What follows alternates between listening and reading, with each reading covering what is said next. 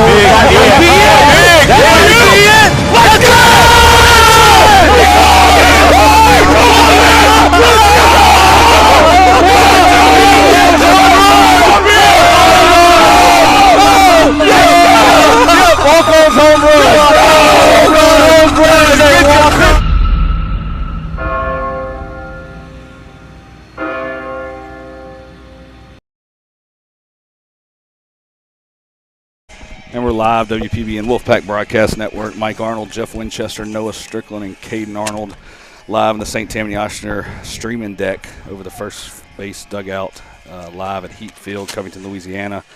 Live at Hot Field. Yep, Hot Field. Looks good, though. Grass is green. It is. Looks very nice. Green. So making the coaching staff always do a great job of keeping the field top notch. One of the nicest fields around. Of course. That's actually natural grass. That's real grass. So so getting ready for this 6-5A matchup. Got Northshore coming over to see us at the Heat playing St. Paul's. They split with Fontainebleau. Yep. I think the last series. Yep. So you want to talk about the district first or the lineups? Maybe district? We'll do district first. Why not? All right. Sure. So give everybody kind of an outlook on where we stand, kind of, yep. I want to say at the midway point, but we're somewhere around there. Yep, so you can see it on your screen right now. District 6-5A, St. Paul's in the lead, 5-1. Coming off that loss to Covington Friday night in a back-and-forth kind of a, I don't know what you would call it, but it was an ugly game, but it was fun to watch, yeah. mainly because you really didn't know who was going to wind up blowing their foot off first. And last. By the last, I should say. Yeah. But several lead changes, and in that sense, it was fun. We'll clarify that for a number of the critics out there who were saying that we were calling it a great game, when in reality you have 11 errors and how many walks? 14 or 15 walks. Yeah, well, in that regard, it's not really a great game. But in the fact that it was several lead changes and they took turns blowing their foot off, it was it was kind of interesting, to say the least. You know, we've been on the other side of some games where we've seen 16 strikeouts and it's 1-0, which in itself is a good game, but limited in certain excitement of back and forth. But it is what it is, and you're just hoping to be entertained while you come out here as well. And we've seen somewhat of both sides of that coin. Yeah, we've seen both sides of it. So yep, St. Paul's in the lead, 5-1, 13-10 overall. Ponchatoula coming in second slot so far. They're 4-2, 13-9 overall. Covington with the win Friday night over St. Paul's moves to 3-3 and a four-way tie for third place in District 6-5A with Slidell, Mandeville, Northshore, and seeing Mandeville kind of in that grouping right there. I know they've been kind of struggling at the plate and a few things, but still hanging in there at 3-3. No, they're a good squad. They have really good players. Their youth is battle tested. I mean, much of their guys that were on their roster this year got some playing time in last year. And some of their pitchers who have been shut down pitchers, they're going to be hard to beat. And I think we start with them on Saturday. Yep. As will all these teams. I mean, just because the record is what it is. I mean, at any given moment, any team in this district can beat any team. Absolutely. Just because one team maybe has a little bit more of a hard time putting it together on a consistent basis doesn't mean that any one of these teams can't beat any one of these teams in this district. So, I mean, they're a good squad. This North Shore team's a good squad. They have a lot of talent on this team as well too. So, you're just hoping that you can go in there and by the end of the game you have both feet. Yep. Instead of blowing them off. So Felton Blue 2-4, and Hammond kind of trailing the pack at 1-5, and Hammond's not a bad ball club either. I mean, no, not at all. Once again, I mean, a team that has got a lot of talent in it. They just, the game sometimes makes it difficult to try to string together some consistency. Yep. You see it from a hitting standpoint. You see it from a fielding standpoint. You got to be able to put it all together on a more consistent basis. Yep. And, even though you got good players, sometimes it just doesn't work out for you that way. So let's go ahead and go through the St. Tammany Oshner starting lineups for both St. Paul's and North Shore.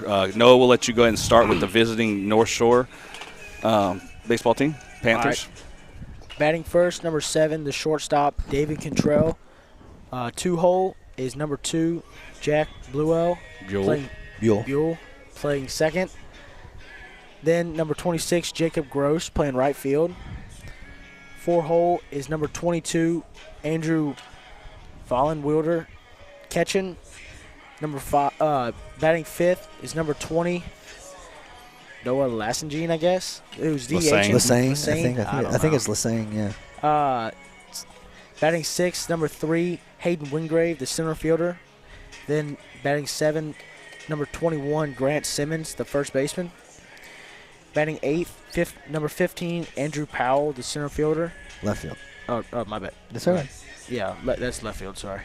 Then 9-hole, number 25, Jordan Fugate, playing third. And then the pitcher is Jackson Fayard. Now with the home team, St. Paul's Wolves, Caden, you want to go through their lineup with us? So leading off for the Wolves is number 4, pitcher Aiden Barrios. Batting second, number 5, Steven Spolita catching. Batting third is shortstop, number 6, Trent Kayami. Batting fourth is DH, number 19, Ethan Williams. Batting fifth is the third baseman, number 18, Gavin Bourgeois. Batting sixth is Drew Bodie, number 7, playing center field. Batting seventh is number 3, Easton LeBlanc, playing second. Batting eighth is number 12, Logan Pontiff, playing first. Batting ninth is Matthew Cody, number 25, playing left field. And right field tonight, number 21, Brody McClellan. So that's your starting lineups for this District 6-5A matchup between St. Paul's and North Shore live at the Heap on WPBN. Looks like we're waiting on the umpires, Jeff. Let's take a quick commercial break. Let's hear from our sponsor. Oh, yeah, birthday boy. And Coach Todd Cole's birthday. It is. So happy birthday, Coach Todd Cole. It's also Ridge Bourgeois' birthday. And Ridge Bourgeois. Up in the booth. So Ridge is locking down the booth up there, PA guy. I see the umpires coming down the stairs. So let's take a quick commercial break and hear from our sponsor, St. Tammany and Oshner, and we'll be right back.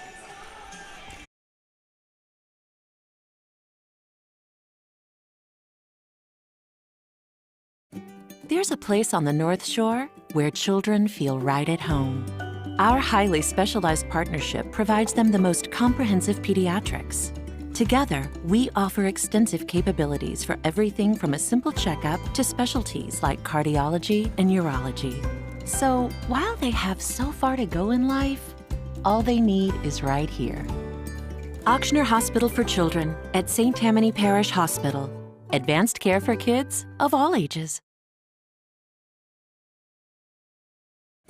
There's a place on the North Shore where children feel right at home.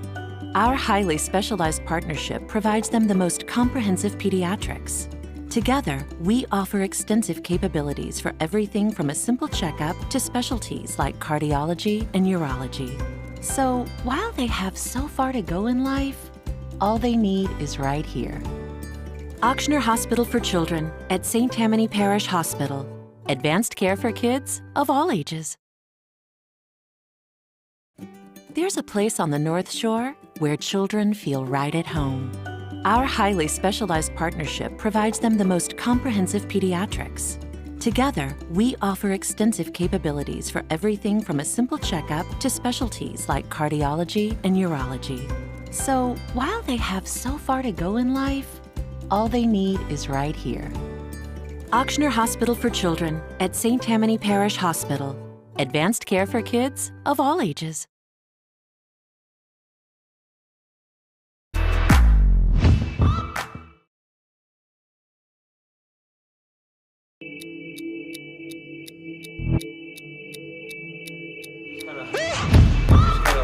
Try to keep that heel down.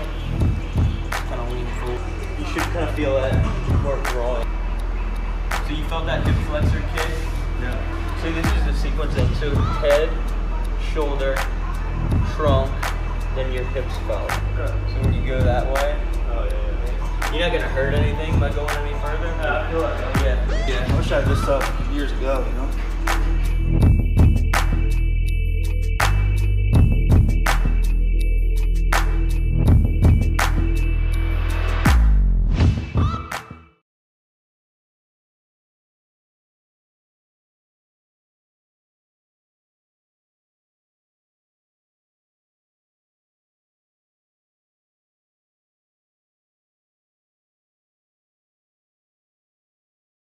And we're back live, WPBN Wolfpack Broadcast Network, getting ready for St. Paul's versus Northshore here live at the Heap, District 6-5A matchup. Got the umpires at the plate. So I talked to Mike Stantz yesterday. Oh, yeah. Yeah, he was over at Hammond America. All right. And, umpiring. Yep. Well, he wasn't umpiring, but he had come from umpiring, I guess, somewhere. But, yeah, he was saying that the New Orleans Association of Umpires, whatever affiliation they are, they're the ones that are kind of hurting for umpires right now, which is why we've had some schedule changes to kind of spread out the amount of games that are on Tuesdays and Thursdays and Saturdays. If you've been following us for a little time now, you know that we played on Friday last week as opposed to Saturday, and we're playing on Monday as opposed to Tuesday. Yeah, we're kind of all over the place. So I didn't know we were playing today till this morning. I thought it was tomorrow. Right. Well, I mean, these last minute changes are part of that reasoning because the umpire shortage. And I hate to say it, but I can't blame these guys. I mean, of all the complaining that goes on a baseball game, there's only so much a certain individual is going to be able to tolerate. And we live in a society where I think people aren't living if they're not complaining about something, especially when it comes down to a game. So, these guys are they're tired of putting up with it. So, anyway. Let's go through our sponsors. Thank them before the game gets started here. Obviously, In and Out Urgent Care, official scoreboard sponsor of the Wolfpack Broadcast Network. 4 locations in Covington, Madisonville, Mandeville, Metairie, and Uptown, and soon to be a 5th and 6th location on the North Shore. So thank you to the Guzan family and In and Out Urgent Care. They are also our scoreboard sponsor and foul pole sponsor, and appreciate everything In and Out Urgent Care does. Also want to thank Athletic Mobility Institute, official game day sponsor of the Wolfpack Broadcast Network. So thank you to Athletic Mobility Institute. Shout out Dennis Romig, John Childress, Samantha Saltalmacchia. Also want to thank the Catching Clinic. So for catching lessons, get extra workouts, anything to do with catching or just baseball in general, you can reach out to Jeff Winchester at the Catching Clinic. I want to thank Walk-Ons, official home run and walk sponsor of the Wolfpack Broadcast Network. So Walk-Ons in Covington, thank you to all those guys. Calcutta Gold, Mr. Alan Beaudoin, so thank you to River Rock and Calcutta Gold, official pitching change, closer, and mound visit sponsor of the Wolfpack Broadcast Network. Florida Lee Title, Jeff Leicestershire. So thank you to those guys at Florida Lee Law and Title. About a dozen plus locations. They're everywhere now. So, like I said, they're like McDonald's on every corner. Yep. It seems like. Probably got a drive-through too now. They're pretty fast. And They are quick. So Jeff can pump them out there. Yep. So thank you to those guys. Also want to thank St. Tammany Oshner, official pregame and postgame sponsor of the Wolfpack Broadcast Network. So thank you to those guys. Am I leaving anybody else out? Top Velocity, official strikeout sponsor of the Wolfpack Broadcast Network. So thank you to Brent Porcio and Dr. Pat McNeil over at Top Velocity. Appreciate everything you guys do for the Wolfpack Broadcast Network in St. Paul's. So kind of throw these lineups again where they're going through them.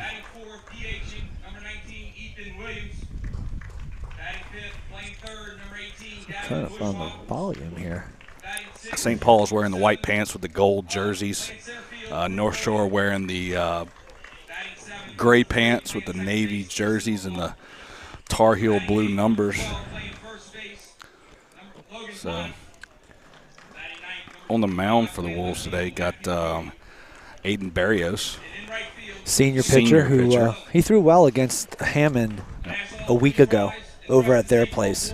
He had that changeup working, which is a really good changeup. We're going to take time out, and we're going to hear from the Invocation and the National Anthem.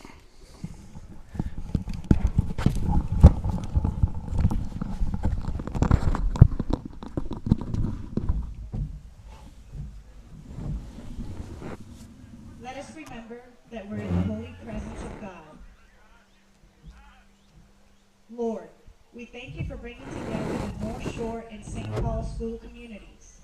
We pray you watch over and protect all those involved in today's competition. Help the student athletes and coaches to have heart and never to lose heart. We pray you help us to honor you in all that we say and do while we gather here in your name. We ask all these in the name of Jesus, our Savior. Amen. St. Paul, our patron, pray for us. St. John Baptist de La Salle, pray for us. Live Jesus in our hearts forever.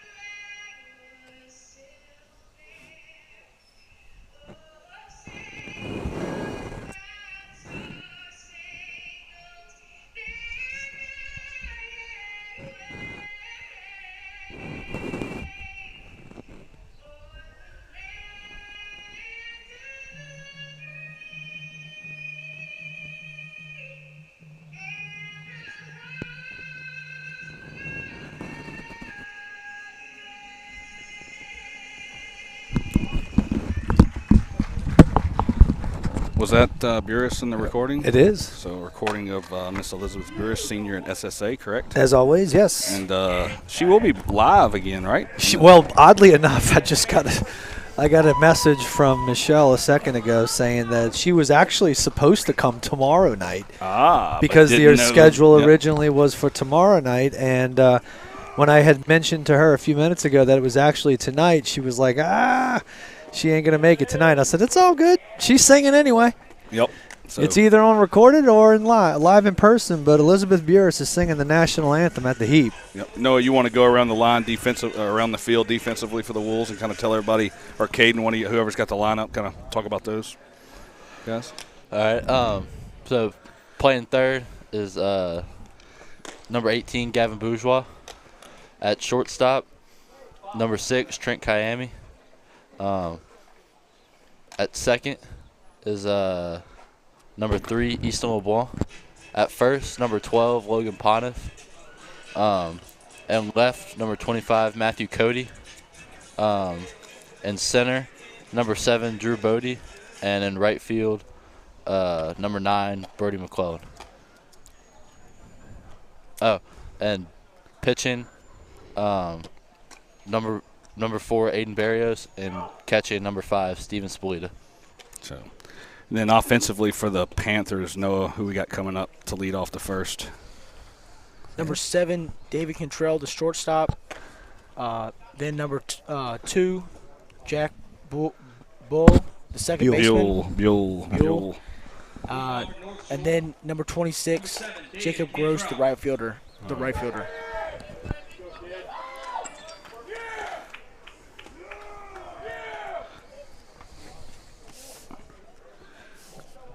So Cantrell's going to lead off batting from the right side. Barrios on the mound. Wind's blowing hard out to kind of left center, Jeff. Yeah. I mean, it looks like it kind of swirling around, but more, I'd say more straight away center than anything. Barrios from the windup. First pitch fastball, foul straight back. Got Pontiff playing about 10 steps behind the bag over here on first. Bourgeois about 1 or 2 steps behind the bag on the other corner. Middle infield playing on the grass, and outfield's kind of straight up.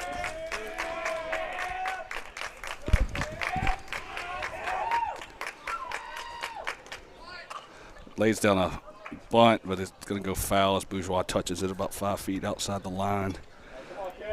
So that's going to be 2 strikes. 1 and 2. No, should be 0-2, right? 0-2. Yep, 0-2.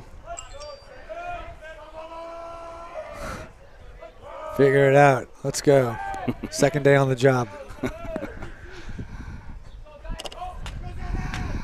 Northshore trying to sneak in that easy bunt in the top of the first here at the Heat. Just goes foul. Oh, yeah, he went.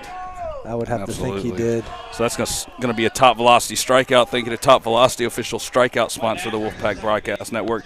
You saw Spolita signaling for that fastball up. Yeah. And Barrios put it right where he asked for it, about between the chin and the nose. Hit his spots, and, for sure. And that's one of the things that I think young pitchers need to understand about first time through the lineup. I mean, there was a fastball. There was 3 different locations. Mm-hmm. First one was attacking the outside part. Choppy ground ball to Bourgeois at third. Those across to Pontiff for an easy out. Number 2 at the Heat. So it was a fastball to the outside part of the plate for strike 1. Then we wound up getting a fastball down in the zone and in, and then we change eye levels again with the fastball to get him to chase that high fastball for strike 3. So that was a good use of the fastball early on. Number 6, Jacob Gross, the right fielder, comes up to the plate. 26.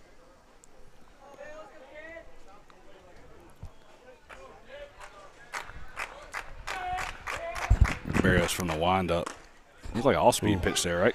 Yeah, it looked like a Change-up, changeup first pitch. Yeah, hanging changeup. I'm just glad he throwing didn't. 4 fastballs and get to that 3-hole guy. He's sitting dead red. Yeah. And you look like he kind of buckled on that pitch, too. Yeah, well, his But he timing left it obviously was off. Good thing he didn't swing. I'm not so sure that one will come back. But even though I would question the changeup first pitch to this guy, it's a good balance of soft then hard to kind of mix up the timing. So I'm all right with that. I like the call. There's a fastball fell straight back. Still going to be 0-2 on the batter. The only thing I don't like about it is that you already show one other pitch in your arsenal, maybe a little bit before you really even needed to. You know, and if we got nobody on, 2 outs, I'm saying here's my fastball and go hit it. Big cut for strike 3, another top velocity strikeout. Thinking of top velocity, official strikeout sponsor of the Wolfpack Broadcast Network. So at the Heat, we got 2 strikeouts and a ground out to third, and remain scoreless as we go to the bottom of the first, and we'll be right back after this commercial break from top velocity. You want to throw hard, healthier, with better command?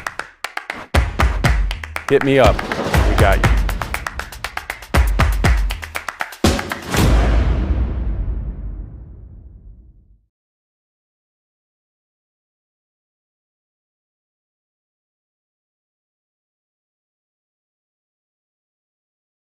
You want to throw hard, healthier, with better command? Hit me up. We got you.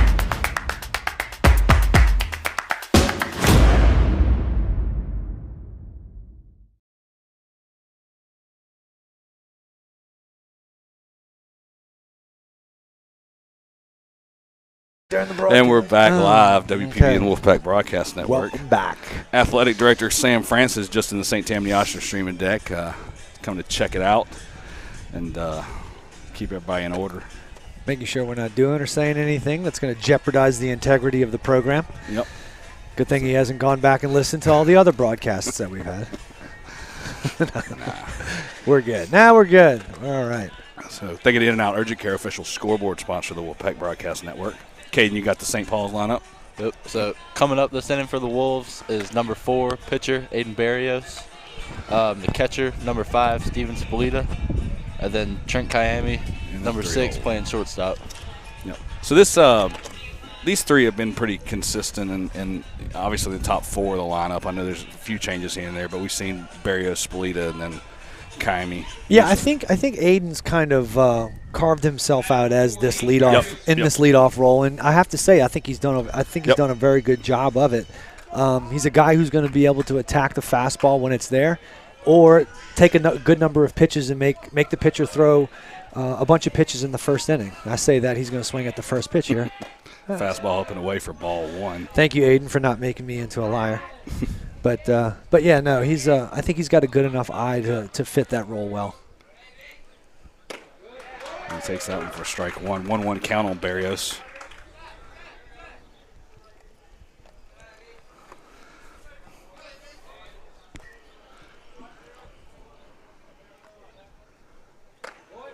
All speed there, huh? Little curveball. Yeah, it looked like a little slider or cutter. No, who's pitching for the Panthers? Is that Jackson Fayard. Jackson Fayard. So 1-2 count on Barrios after watching a curveball. Yep. He watches another one for ball 2. Yep. That was a good job of Aiden laying off of that one, especially on the heels of the one they threw for a strike a second ago. I thought it was a good take on the last one. So. Yeah, well, to be honest with you, I mean, in that count, there's other philosophies on hitting. Mine has always been there's only 2 counts. You're either hitting with no strikes or you're hitting with 2 strikes or you're not. And until you are, try to hit your pitch. Yep. Good cut on that fastball, fouls it straight back, and that's why I say it was a good take. I don't even know if it was a strike, but it wasn't one you want to swing at with obviously 1 count. Obviously not what he wants to swing at. I mean, if he knows himself well enough to know that his best approach is to swing at pitches he hits well, and if he hits the fastball better than the breaking ball, why concede that unless you have 2 strikes? Foul back again. Count remains full. If you're just tuning in, you got Northshore versus St. Paul's live at the Heap on WPBN. On the top of the first, St. Paul's went 3 up. Got 3 up and 3 down on North Shore with a ground ball to third and 2 strikeouts from the pitcher Aiden Barrios, who's batting right now. He takes ball 4, and that's a walk-on's walk. So that's a really good leadoff at bat right there. Yep. You work a count, you foul off a couple pitches, you make him throw more than what he wants to in that first at bat, and he just tipped his hat with what he had in the tank as far as his off-speed pitches because he threw 3 of them right there. So. Yep. If you're paying attention in the dugout, you get an idea of what he's working with. Yep. So, Steven, who we got up, Caden? Number 5, Steven Spolita. Yep. So, Steven's going to come up with who's our courtesy runner at first for Barrios? Or did he stay in? No, that's still Aiden. Yeah, he stayed in there? He's going to run. So, Barrios with about a 3-step lead, takes a secondary. Misses low on the fastball right there. So, sorry. Thought we'd have a courtesy run there for our pitcher. But I guess we're not. Yeah, maybe not. So, Barrios with a short lead here. Farrar comes set. 1-0 count to Spolita. Big cut. Line drive to short. Throws it back across to first, and he's going to get back in time. So hard. Dug on it. Yeah. Line out by Spolita. It's going to bring up who we got, Gabe? Number 6, shortstop Trent Kayami. So I feel like Spolita kind of got jammed there, maybe kind of inside out in one. Yeah. Like it was off the hands. It seemed like it, yeah. So Not sure what the pitch was. I was watching the runner. I'm pretty sure it was a fastball. So Barrios with a little bit bigger lead, but gets back easily on that pickoff.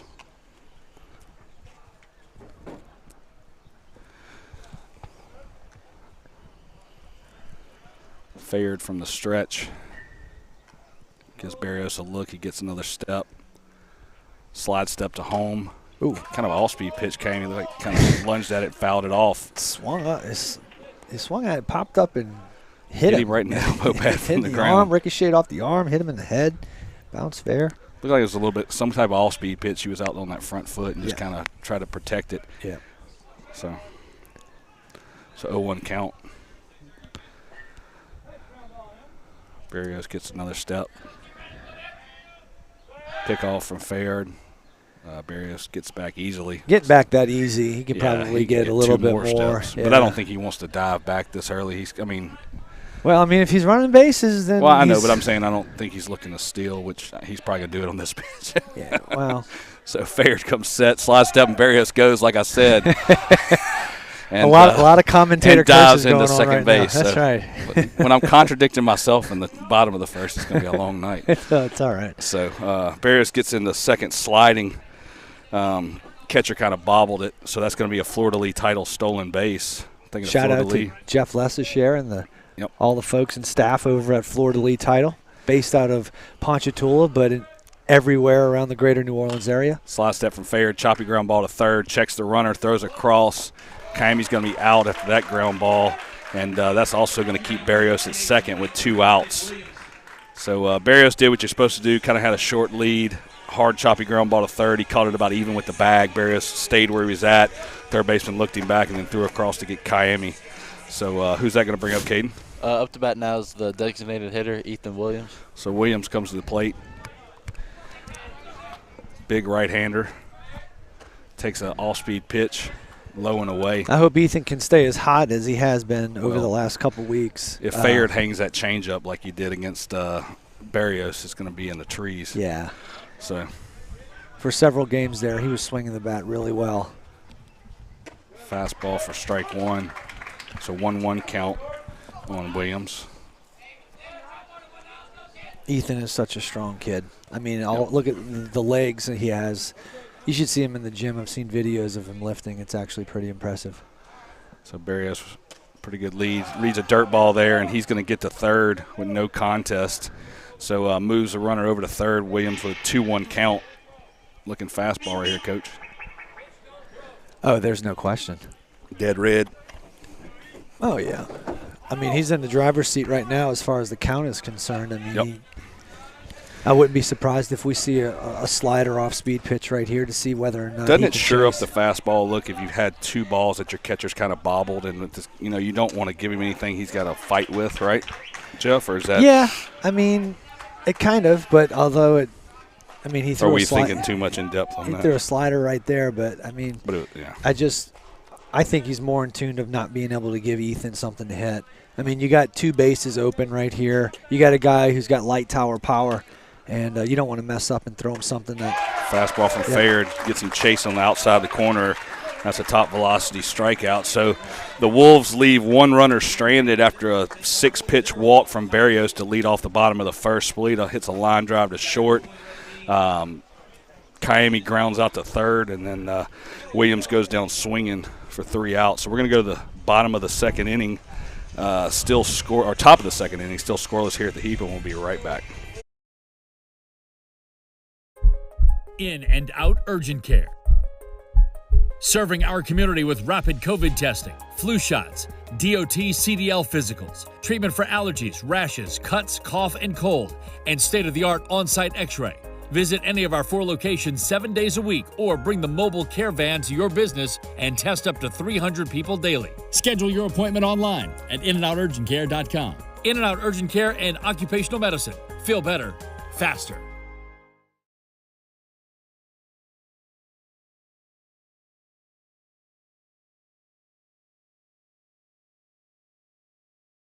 Hi, I'm Brent Forcio, the CEO of Top Velocity, and we'd like to show you the scientific methods we've developed to building elite baseball players. We evaluate biomechanics and their athleticism, like mobility, speed, strength, power, to identify where they have restrictions or deficiencies in their abilities. The Top Velocity methodology has given us the ability to produce more 90-plus testimonials than any other program in the world. Contact us now for more information.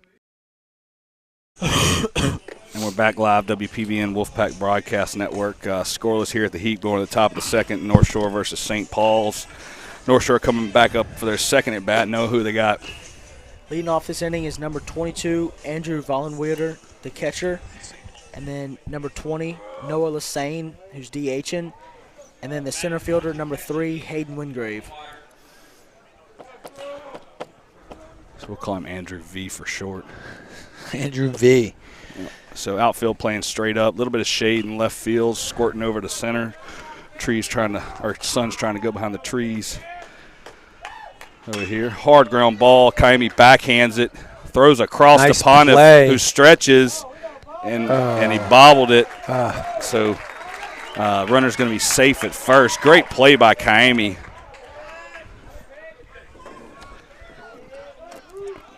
Kind of a good throw. It looked like Pontiff got extended a little bit too early and kind of fell over with it. Yeah, it was off the back corner. He was trying to do everything he can to stretch out there and try to secure it. His back was to me, so I don't know where the bobble came in, but obviously first base umpire saw something that maybe we didn't over here. But good effort, just obviously not enough. Who we got up, Noah? The DH, number 20, Noah Lassane. So Lassane steps in there. Big kid, hard hit grab. Nice play by Gavin Bourgeois. Good pick, throws it over to second. Nice play, Gavin. So Bourgeois. That was a great play. Lays out for one. Very nice. Throws it across to Easton LeBlanc at second base, who takes the long hop for the force out, and that was a great defensive play by the Wolves. Great awareness to know that he needed to get rid of that ball quick. The only shot he had at an out was at second base, and he knew he needed to get rid of it quick. So from his butt, he winds up making the throw to second. Kudos to Easton LeBlanc for getting there to put the tag on, for the force out. Yep, on that long hop. Yeah. Hard hit right field. Brody McClellan going back. McClellan catches it, and Lassane's going to have to go back to first. So 2 outs here in the top of the second. So 3 hard hit balls, barrel. Right, yes. Short, third, and right. 3 great plays, though. I mean, when you consider, Trent going to his backhand, making the play. Yep. Gavin making a diving stop onto his throwing side, and then Brody tracking that one down that took him towards the track in right field. So who you got, Noah? Number 21, Grant Simmons, the first baseman, comes up to the plate. So Simmons takes a fastball in the outside corner for ball 1.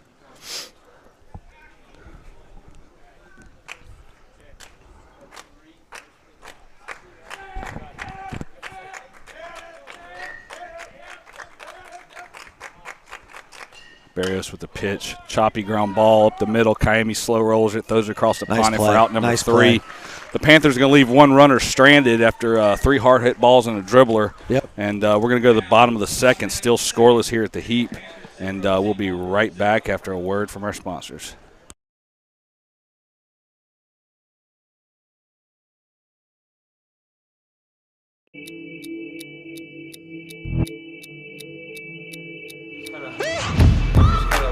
Try to keep that heel down. Kind of lean forward. You should kind of feel that work drawing. So you felt that hip flexor kick? Yeah. So this is the sequence then. So head, shoulder, trunk, then your hips felt. Okay. So when you go that way, you're not gonna hurt anything by going any further. I feel like that. Yeah. I wish I had this stuff years ago.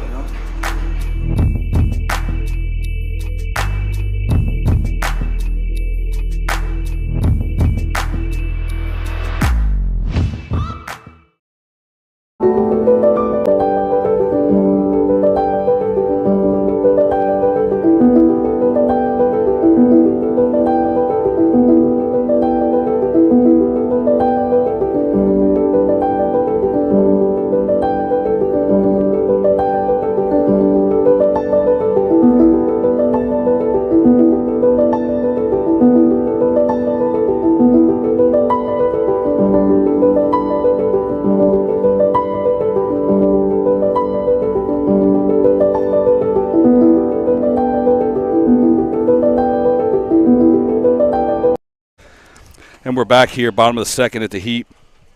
Who we got up for St. Paul's? Bourgeois. Gavin Bourgeois laces one. That's going to be gone, Jeff.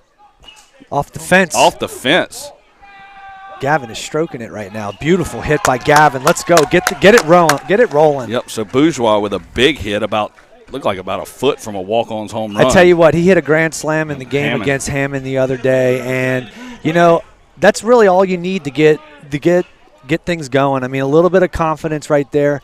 Gavin doesn't miss too many fastballs. Yep. And he's just squared that one up, probably about a breakfast sandwich away from going over the fence. But nonetheless, I mean, he squares it up, hits it to the warning track in left field. Slide step from Fayard, line drive. Who is that, Caden? Drew Bodie. Yeah, Bodie comes up, hits the first pitch hard up the middle, but right at the center fielder for out number one. So up now is the second baseman, Easton LeBlanc. Talking about Bourgeois, Jeff, it's like clockwork by the baseball gods. When you make a great play and you're up to bat the next inning, you usually follow it up with something big, and it's just the way it works. Then you lead off the inning with a double. Kudos to G. Yep. G Money swinging the stick like a man. So Fayard from the stretch looks back at Bourgeois, short lead. Check swing. Who we got? Second baseman, Easton LeBlanc. So Easton LeBlanc, the freshman second baseman, coming up. He's been on fire offensively too, Jeff. He had 4 barrels the other day, and unfortunately, I think he only had 2 hits to show for hits. it. One of them was a sack, though, I think. Sack fly, maybe. Yeah, but, I mean, this kid's got great barrel-to-ball skills. Yep. Good baseball IQ for a young kid. Uh-huh. And then Bourgeois on second base, also a sophomore, so you got a lot of upcoming talent for the Wolves. Absolutely. And that's what you need. I mean, you need to have everybody be able to contribute, and you need to be able to have there we go. So LeBlanc's going to move Bourgeois over with a hard-hit ground ball right about one step to the right of the second baseman. He kind of has to lay over to stop it. He hit it so hard. But 2 outs is going to bring up Logan Pontiff, the first baseman, with a runner on third here. Let's see if we can get this one in right here. Fastball up to Logan Bourgeois. Gavin's going to take a shot. Gotta get down. Attaboy, way to hustle, Gavin. And he's going to be safe. So Wolves take the lead 1-0 in the bottom of the second with a wild pitch. So 1-0 count to Pontiff.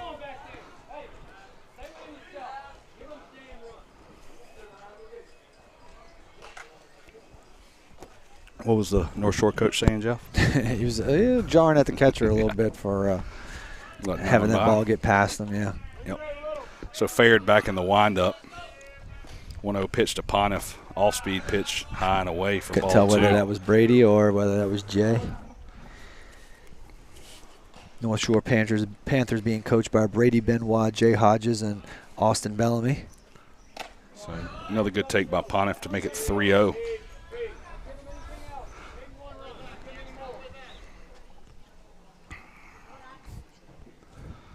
Pontiff with a wide stance here on 3-0. Fayard fastball. A little bit up to strike 1. So 31 right here to Pontiff.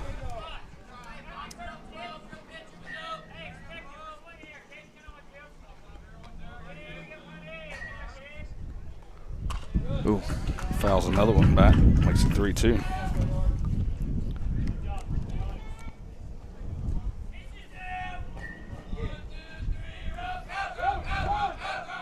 Two outs, full count. Fastball low. Yep. Big 2-out walk by Logan Pontiff. So thank you to Walk-Ons Covington, official walk sponsor of the Wolfpack Broadcast Network. So with 2 outs. Up to bat now is left fielder Matthew Cody. So Cody's going to come up with 2 outs and Pontiff on first. Fayard's going to go back to the stretch. Third base playing even with the bag.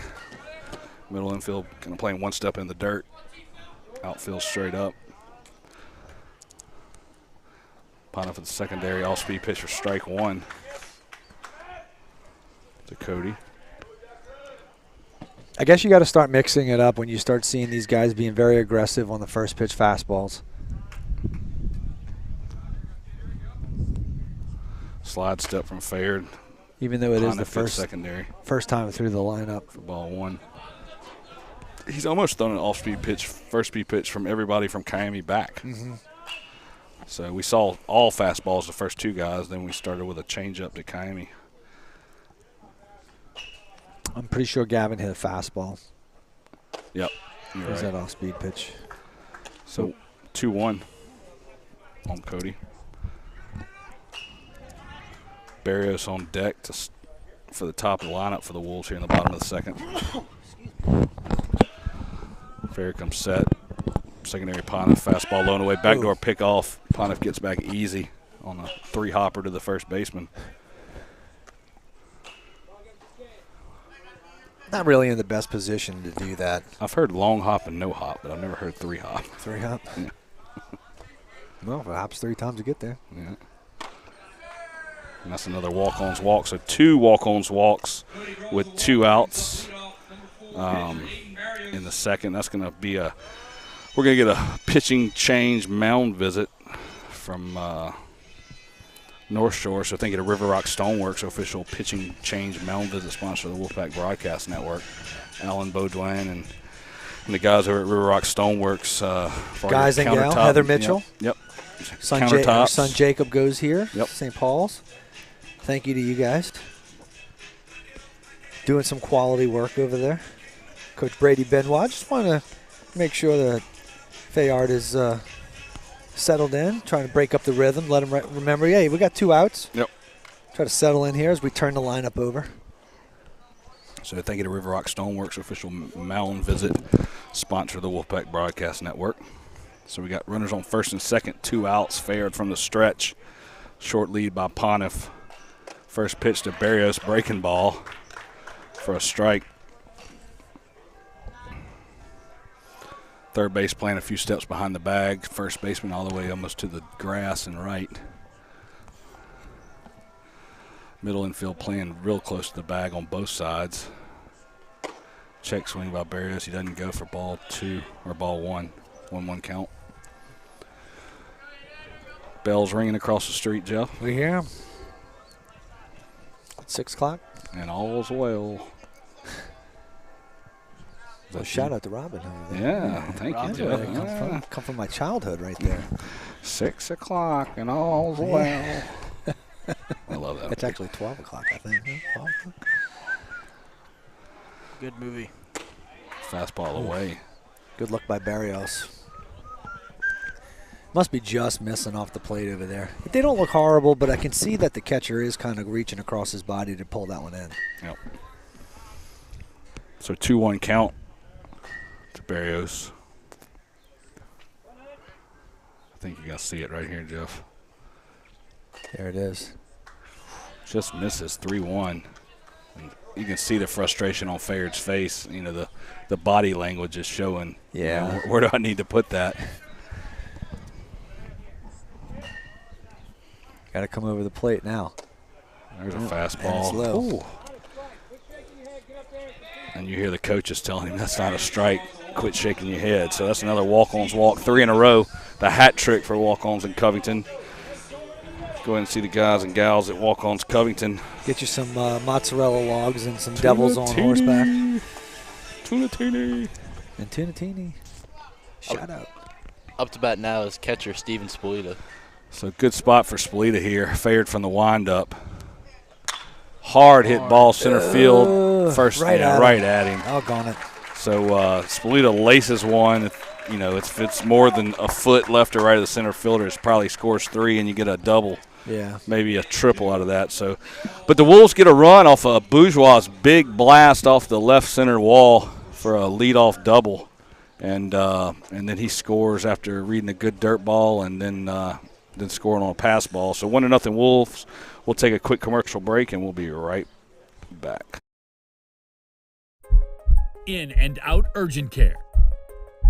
Serving our community with rapid COVID testing, flu shots, DOT CDL physicals, treatment for allergies, rashes, cuts, cough, and cold, and state-of-the-art on-site x-ray. Visit any of our 4 locations 7 days a week or bring the mobile care van to your business and test up to 300 people daily. Schedule your appointment online at inandouturgentcare.com. In and Out Urgent Care and Occupational Medicine. Feel better, faster.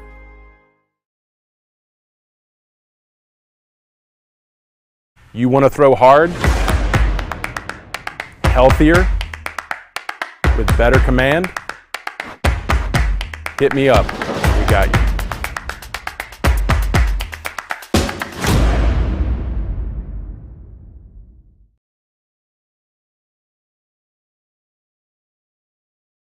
And we're back live, WPBN Wolfpack Broadcast Network. Shout out to all the fans and players for all the other district teams that are not playing today who are watching this game, scouting us out. Yep. Most of you guys are playing on Tuesday, tomorrow, so they get a free opportunity to kind of see District 6-5A standing. St. Paul's in lead right now. Over here. 5-1. We're undefeated until they had that upset loss at home last Friday night against Covington Lions. Ponchatoula in second place at 4-2. Four-way tie in third at 3-3 between Covington, Slidell, Mandeville, and Northshore. Fountain Blue at 2-4, and Hammond at 1-5 wraps up the bunch. So St. Paul's still got a good lead in District 6-5A. Who we got up, Noah? Number 15, Andrew Powell, the left fielder. Andrew coming from a long line of baseball players. His dad, Chris, and his uncle, Clyde. Ooh, So it looks like it's going to drop. Yep. And Powell's going to get a single kind of in short center, no man's land there. So leadoff single from Powell. Those are two Lake Castle buddies right there. Aiden and Andrew both played together at Lake Castle. Andrew's 7th grade year and Aiden's 8th grade year played together on the varsity team for Lake Castle. That brings up number 25, the third baseman, Jordan Fugate. Coop was a mere 6th grader, bullpen catcher for that varsity team, taking his lumps. Barrios comes set. Powell with a good secondary. Fugate shows bunt, backdoor by Spalita. Powell gets back there safely. So pitch was up. Little foul tip action right there. Yep. Did he get a piece of it? Yeah, he did. Foul ball. Okay. Even if he didn't, it was definitely an attempt. Yeah. Oh, there's no doubt about that. So Fugate, the 9-hole hitter in there, shows bunt early and then chases one, tries to poke at it. Powell with a short lead. Bunt again from Fugate, lays one down. Touch it foul. So kind of rolled down the line for about 20, 25 feet and then trickled out about a foot before Spalita touched it. Some advantageous spin for Aiden right there. Fugate looked like he stopped in the box knowing it was going to go foul. It kind of Englished up on him and kind of stayed there and then ended up foul eventually. But 0-2. Yep. Ooh, that feels good. So cool breeze coming through here. I guess the perks of playing an off night is you get the 3-man crew. Yeah, that is true. Can't find enough on the Tuesday. You can get more than you need on a Monday. Yeah. So kind of a quick move over by Barrios just to see if Powell's paying attention. Quick feet, slow throw just to mess with him. So Powell with a 3-step lead at first, takes one more. Barrios looks back, comes set. 2 strikes to Fugate's got a swing. Spalita calls for a fastball up. Barrios doesn't miss, but Fugate lays off of it. It's not a bad pitch. It's a great pitch. Yeah. Change some eye level a little bit. If you're going to bunt one up there, you'll sure as heck swing at one up there, huh? I wouldn't be surprised if I see a changeup down in dirt right here. See if he chases it. So Powell with a lead. Secondary. All-speed pitch for strike 3. And that's a top velocity strikeout. And Fugate goes down looking. Good breaking ball by Barrios for out number 1. In the top of the third here. St. Paul's leading 1-0. Brings us back to the top at number 7, the shortstop, David Cantrell. What did Cantrell do first time up? Struck out. So Cantrell started us off with our top velocity strikeout in the first. 0 for 1 on the day. Powell gets a secondary. All-speed pitch for ball 1.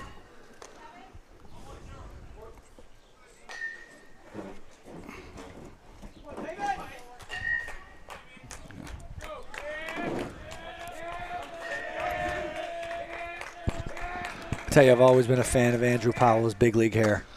Strike 1 to Cantrell. He's got some big league hair. He's always had that? Yeah, for a while. I mean, ever since he came out of Lake Castle. Kenny Powers. I always tell Amy and Chris, love his hair. From a guy who's envious as you have no hair. The fact there is Cantrell laces one into left center. Powell's going to round second, going to third. They're going to get the ball in. LeBlanc's going to go to first. Pontiff drops it. Oh, he was out. And now he's going home. Pontiff picks it up. So runners on first and third. So quick action by LeBlanc, taking the cutoff. Had Cantrell out at first. Pontiff caught it and tagged him, and it looked like it popped out on the tag, kind of simultaneous. So I was wondering which umpire was actually going to be able to make that call. You had your field umpire all the way over there by second base, and the first base umpire was down here by home checking the third base runner. I don't think it would have been a weird circumstance if he didn't drop it. Yeah. Well, because I don't think there was anybody there. The field umpire looked like he was about to call him out until he saw that ball come out. So first and third, one out. We'll get a little squeeze attempt right here. A straight squeeze. There we go. Take the out. So North Shore's going to tie it up 1-0 after the squeeze from number 2. Who was that, Noah? Jack Buell. Jack Buell. Good job. So that's going to move Cantrell to second base. Looked like a suicide squeeze, huh? I don't think he was rolling. It almost looked like a safety squeeze. He wasn't going as soon as Aiden went to go pick up. So I don't necessarily think it qualifies for the suicide squeeze. I think it was more of a safety squeeze. But nonetheless, great bunt. And it's almost an impossible play to defend if done properly. Yep. Who's that going to bring up, Noah? Number 26, the right fielder, Jacob Gross. Gross hit to third the first at bat? No, sir. He struck out. Struck out. Okay. Buell was the one who hit the third. Buell was the one that hit the third. Okay. So Spolita had a little timeout there talking to Barrios. I guess mixing up the signals with that runner on second base and 2 outs here live at the Heap. Tie ball game 1-1. Top of the third. I want to thank In-N-Out Urgent Care, official scoreboard sponsor of the Wolfpack Broadcast Network. Cantrell, good lead, good secondary. But not going anywhere. Looks like Miami's kind of shifting over to hold him on a little bit with Barrios in the stretch. Yeah, if we can keep him one step closer, it gives our outfielders an opportunity to try to throw him out if there's a play. So, fastball through the 5-hole in Spolita. That's going to move the runner to third. I'm not sure if he got crossed up there or what, but gets through. So 2 outs, runner on third, 2-1 count on the batter. Gross.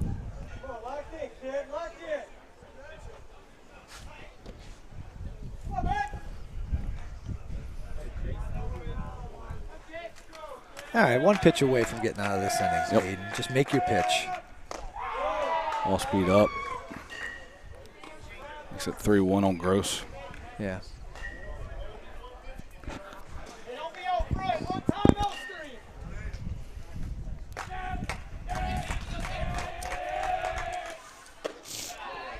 Ooh, he likes that pitch down there. Yes, he does. Fastball. Second batter, he's done that too. Yeah. So Gross thought it was a walk. Umpire let him know it wasn't. Fastball low and away right on the corner for Aiden's strike hit 2. that spot several times, and to the home plate umpire's credit, he's actually called it. Yep. So fastball foul back by Gross. Keeps it 3-2. Is it 3-2? Yeah. Keep looking up at the scoreboard. I think it's 3-2. Yeah, it was 3-2. Okay. Thought so. Yeah, because he thought it was a walk, so it had to be that's straight. true. Yeah. Another fastball foul back.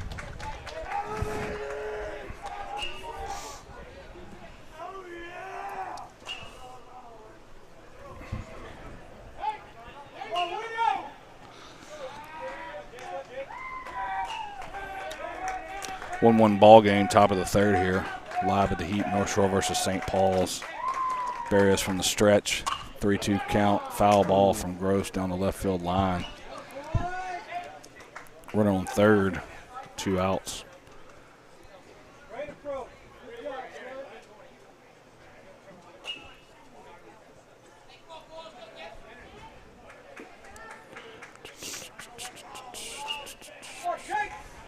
Deuce is wild. I think we got to shake the hats. Did you shake the hats? You shake the hats 2-2-2? It's full count, though. That's right. I keep looking at the scoreboard. So that's a walk-on's walk. No, you see, I was right. Oh. Wow. No, I don't think you're right because it was 2-1, and then you said it was 3-1 when they threw a ball. Well, I just assumed it was 4 because he tried to walk 3 pitches ago. But when it said 2-1, there was a ball thrown, and you said 3-1 and never changed. Yeah. So. No, I'm wrong like 80% of the time. So you'll figure that out. I thought for sure it was 2-2 a few pitches ago. Well, 3-2. Now it's 3-2. Yep. So we're thinking of walk-ons anyway. Yeah. So walk-ons Covington. I called Jason today. He was busy. Said he'd call me back. So he's at the walk-ons with Hammond. Ooh. So that's a walk-ons walk. That one is. So thinking of walk-ons Covington, official walk sponsor for the Wolfpack Broadcast Network. That brings up number 22, the catcher, Andrew Vollenweider, or Wielder. Vollenweider? Yeah. I don't think there's an L, though. Vollenweider? Wider. Somebody text Jeff. Wider, I guess. Yeah, somebody comment on YouTube if we're saying it wrong. Fastball low for ball 1.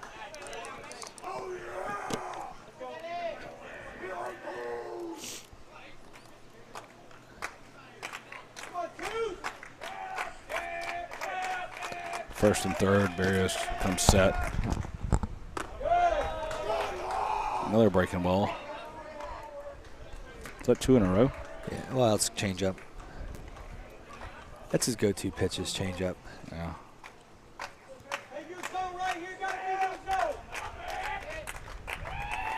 Two-0 count. Oh, nice play, guy. Hard ball over to Bourgeois at third. Throws across to Pontiff. Nice. Stretches and makes the out. Number Nicely 3 done. in the top of the third. So tie ball game going to the bottom of the third. We'll take a quick commercial break, and we'll be right back after a word from In and Out Urgent Care. In and Out Urgent Care. Serving our community with rapid COVID testing, flu shots, DOT CDL physicals, treatment for allergies, rashes, cuts, cough, and cold, and state-of-the-art on-site x-ray. Visit any of our 4 locations 7 days a week or bring the mobile care van to your business and test up to 300 people daily. Schedule your appointment online at inandouturgentcare.com. In and Out Urgent Care and Occupational Medicine. Feel better, faster.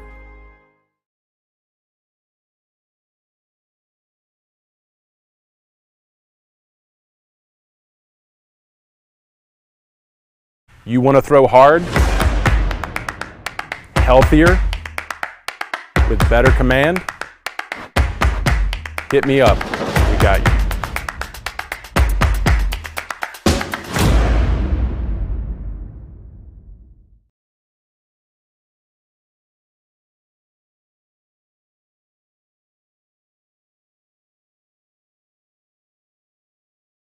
And we're back live, WPB and Wolfpack Broadcast Network. Tie ball game here at the Heat, 1-1 District 6-5A matchup.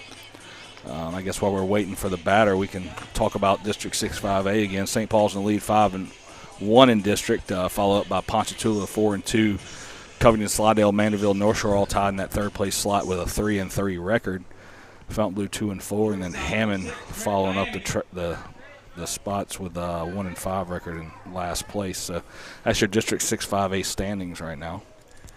Up to bat now is shortstop Trent Kiami. First pitch fouled, straight up, straight back.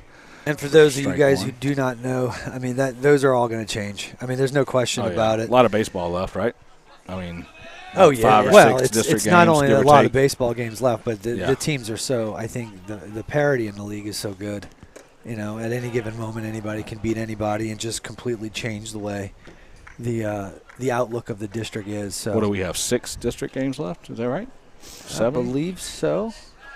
So I'm assuming everybody else has about the same. So Yeah. Kiami Ooh, golfs that's gonna one into fall shallow in right, for a and that's hit. going to drop Texas Leaguer over there. I'll take it. So Kiami leads off with a single in the bottom of the third, tie ball game here at the Heat. How do you think you got that name, Texas Leaguer? It's a good question. I don't know, but it's been around forever. Forever, right? Since the Texas League has been around. That's been around for a very long time. Since the Battle of San Jacinto. Yeah. So Up now is DH Ethan Williams. Kiami with a decent lead at first, fared looking over from the stretch, comes set. Slide step to the plate. Williams takes a all-speed pitch, low and away.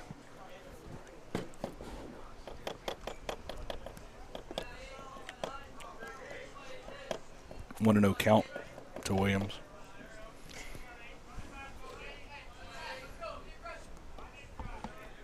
Kaimi with a good lead. Fayard gives him a look. Slide step again. Fastball low and away for ball 2. So 2-0 count to Williams.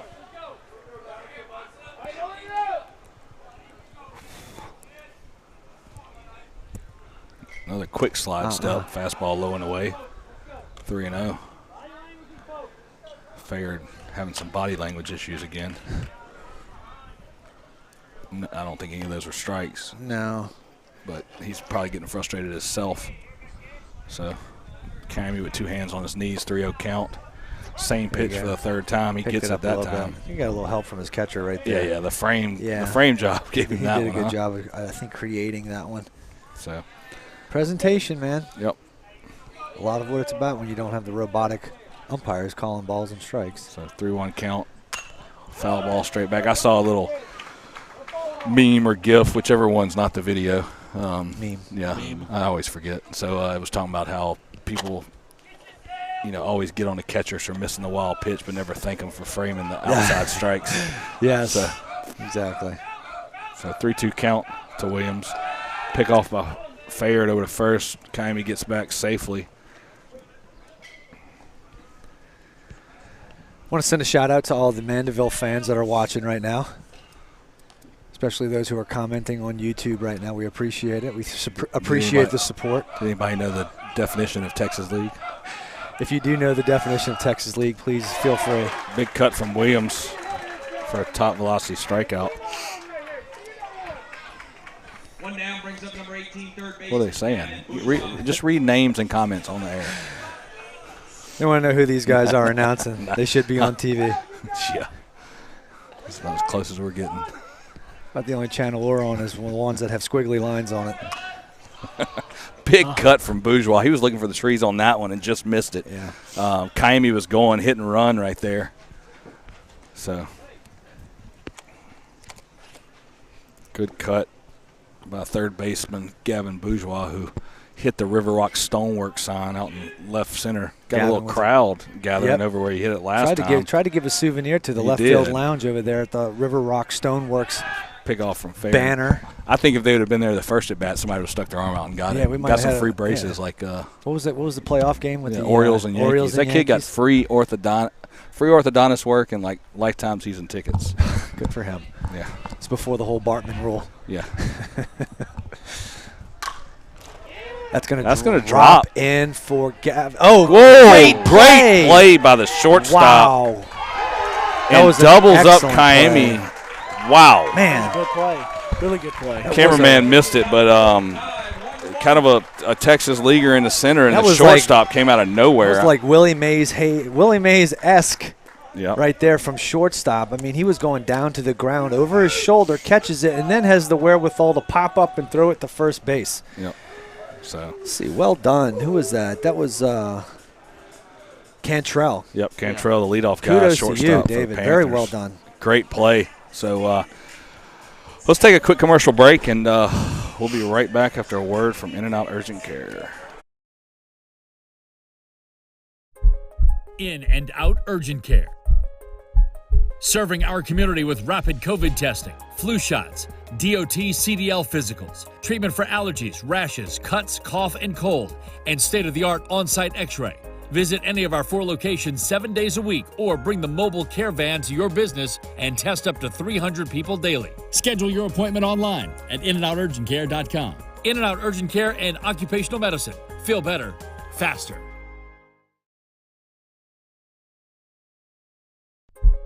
In and Out Urgent Care. Serving our community with rapid COVID testing, flu shots, DOT CDL physicals, treatment for allergies, rashes, cuts, cough, and cold, and state-of-the-art on-site x-ray. Visit any of our 4 locations 7 days a week or bring the mobile care van to your business and test up to 300 people daily. Schedule your appointment online at inandouturgentcare.com. In and Out Urgent Care and Occupational Medicine. Feel better, faster.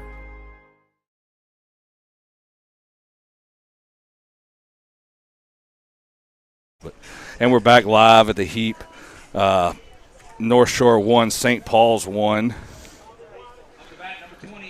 Top of the fourth. Top four, huh? Get a new scoreboard operator. Yeah, I'm slacking. Yeah, pay him too much. So who we got, Noah? Number 20, the DH, Noah Lassane. Ooh. So Lassane laced one last time, if I remember right, to right field. I think that's the one that McClellan tracked down. Yeah. And no, he's a pretty.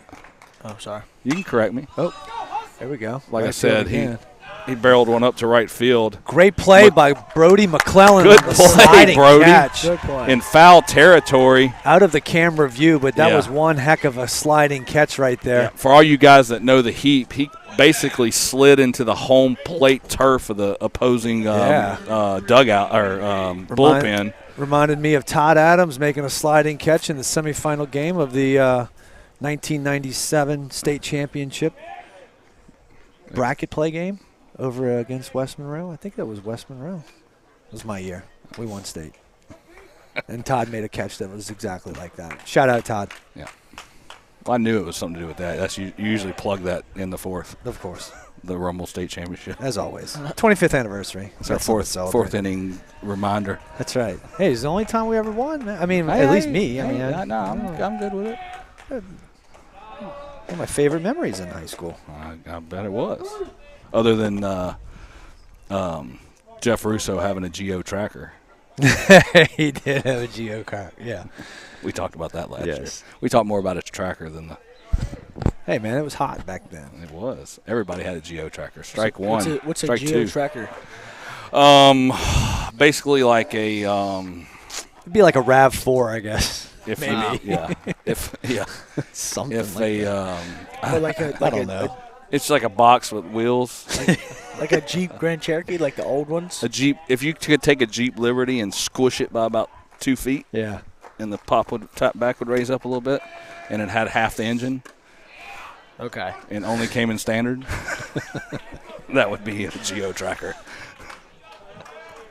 So, shout out to the Geo. It definitely isn't 1-3. Let's see, is it 3-2? Yep. Oh, I found a picture. Is that a good explanation we gave you? Yeah. A Jeep, like squished down. Yeah.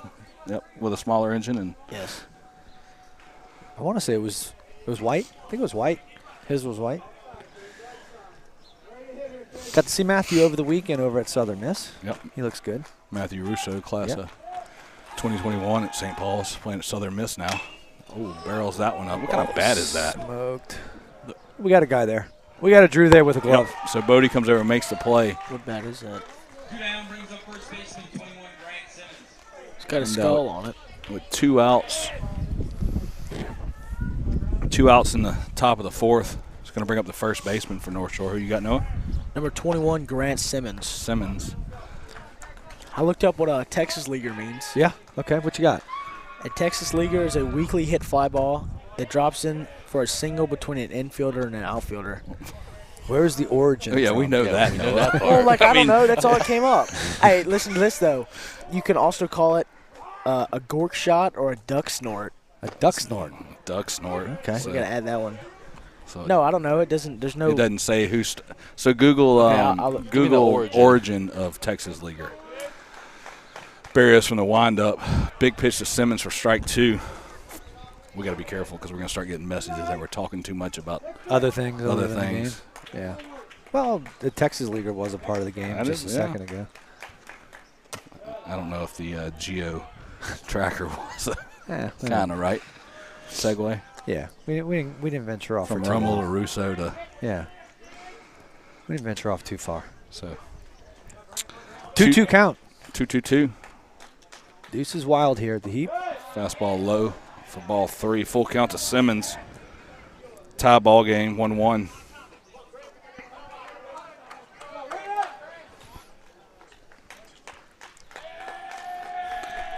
Oh, I found it. Give me 1 second. We'll talk about it in between innings. Barrios from the windup. Ground ball fouled. Very little effort by the third base coach to even try to get that. That's Brady Benoit over there. So what you got, Noah? It came from Ollie Pickinger. He hit 7 singles in one game, which is still the record. Off the knob, fouled back by Simmons. And every single one was. Well, what does that got to do with Texas? He played for the Texas. He played in the Texas League, so they called it a Texas League. All right. I think there's more, Noah. So he was hitting 700. He hit 7 of those in one game? Yes. Oh, God. Why don't they call it a Pickinger? I don't know. It happened on May 21st, 1892. Fastball low for a walk-on's walk. Thinking of walk-ons, Covington, official walk sponsor of the Wolfpack Broadcast Network. So 2 outs, 2-out walk. Going to bring up Powell. What did Powell do last time, Noah? Base hit to center field. Yep. Texas leaguer. Fell in right between the center fielder and right over the shortstop.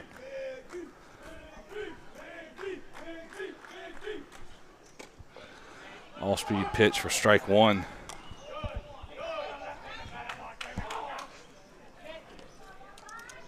You can hear that? No, I was just making sure something.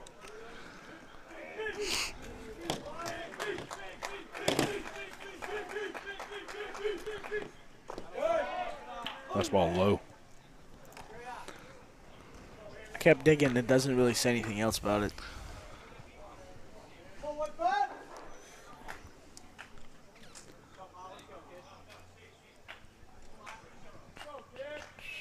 So the guy's name was Pickering?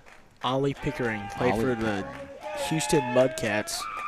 In 1892. Hit 7 Texas Leaguers in one game. Fastball looked good from here. Maybe a little bit outside. 2-1 count on Powell. Surprised your people on the feed aren't looking it up for you. No. All's Jack quiet. might not even know. All's quiet. All's quiet on YouTube. Ball gets by Spolita. Simmons is going to go to second.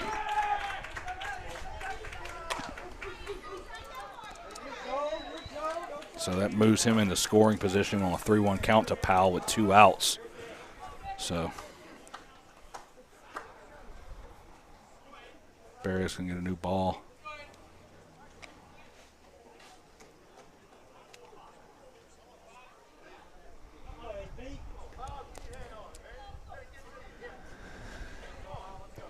One game, top of the 4th here, live at the Heap. Maybe click the lights on pretty soon. Oh, that's fastball. Just missed it way up there. Got everybody coming in. And who is that? Cody. Matthew Cody. Matthew Cody catches it right on the foul line for out number 3. And we're still tied here going to the bottom of the 4th. We'll be right back after a word from Athletic Mobility Institute.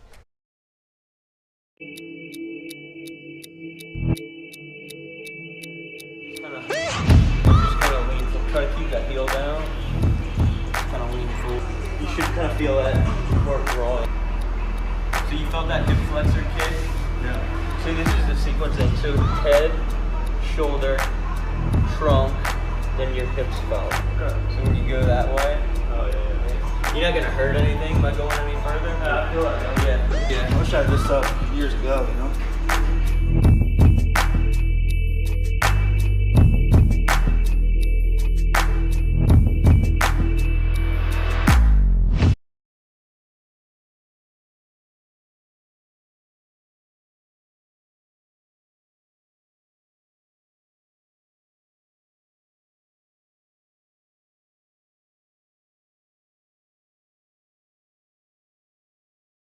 And we're back live, WPBN Wolfpack Broadcast Network. Tie ball game. Going to the bottom of the 4th, Northshore 1, St. Paul's 1, District 6-5A matchup. So here's the Texas Leaguer deal we were talking about. Pickering, who was the guy that hit, I guess, the Texas Leaguer 7 times in one game, was actually from Illinois. Huh. Or Illinois. I'm reading Illinois. So, Illinois. Leading off this inning, number 8, Drew Bodie. Bodie's got the Judith glasses on for all you MCU fans out there. You know what the Judith glasses are? Edith. Is it? Oh, it's Edith. I thought it was, I'm gonna keep saying Judith. Edith. It was one of them. And Edith shows a bunch. Tony Stark. Yeah, Edith. What is MCU? Marvel Cinematic Universe. Oh, jeez, Jeff, you use those acronyms. Yeah. Well, if you look at, could have just said Iron Man, and I would have known what you're talking about. Choppy ground ball to third, bobbled, thrown across for out number 1. It's one of those old lady names. Edith. Yeah. Up now, number 3, Easton LeBlanc. If you were a real Marvel fan, you would have known what MCU means. No. Come on now, Noah.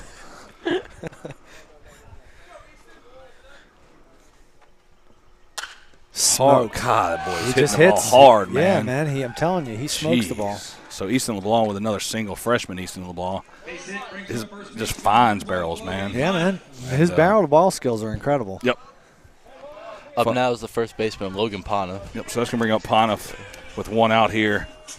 Yep. In the bottom of the 4th tie ball game. LeBlanc first. Fayard still in the stretch, or the windup. Yeah. He just steps off. His coach reminds him. So he's going to the stretch now. Good thing he didn't panic right there. Or see me pointing. Yeah, no, it's your fault. Yeah, probably.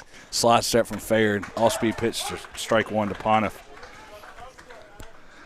Third baseman playing a couple steps behind the bag. Infield, a few steps off the grass. And outfield straight up. Short lead by LeBlanc. Fayard from the stretch, comes set, slide step, secondary from LeBlanc. No swing by Pana. Makes it 2-1. Is that right, Joe? Is it 2-1? I thought it was 1-1. It's too much to keep up with over here. Pick off by Fayard. LeBlanc gets back easily. Probably can get another couple steps. Yeah. When you dive and your waist lands on the bag, you know you're too close. Or if you're standing up, going standing back. Up, yeah, you can get more. I mean, it's not like it's a left-handed pitcher up there. No. And he hadn't shown us anything with a move, so I don't think he's fooling anybody. So yeah, LeBlanc gets another step and still gets back easily.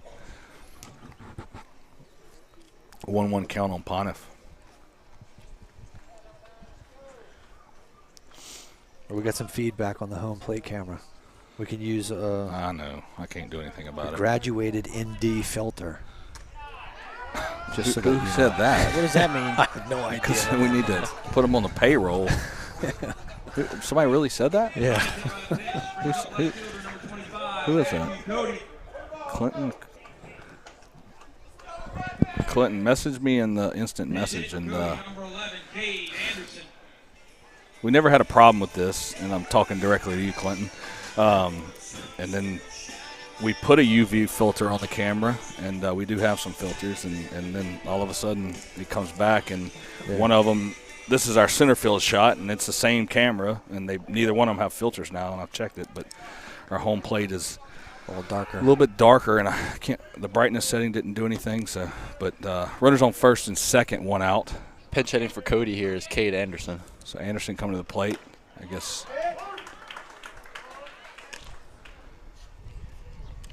Takes strike 1.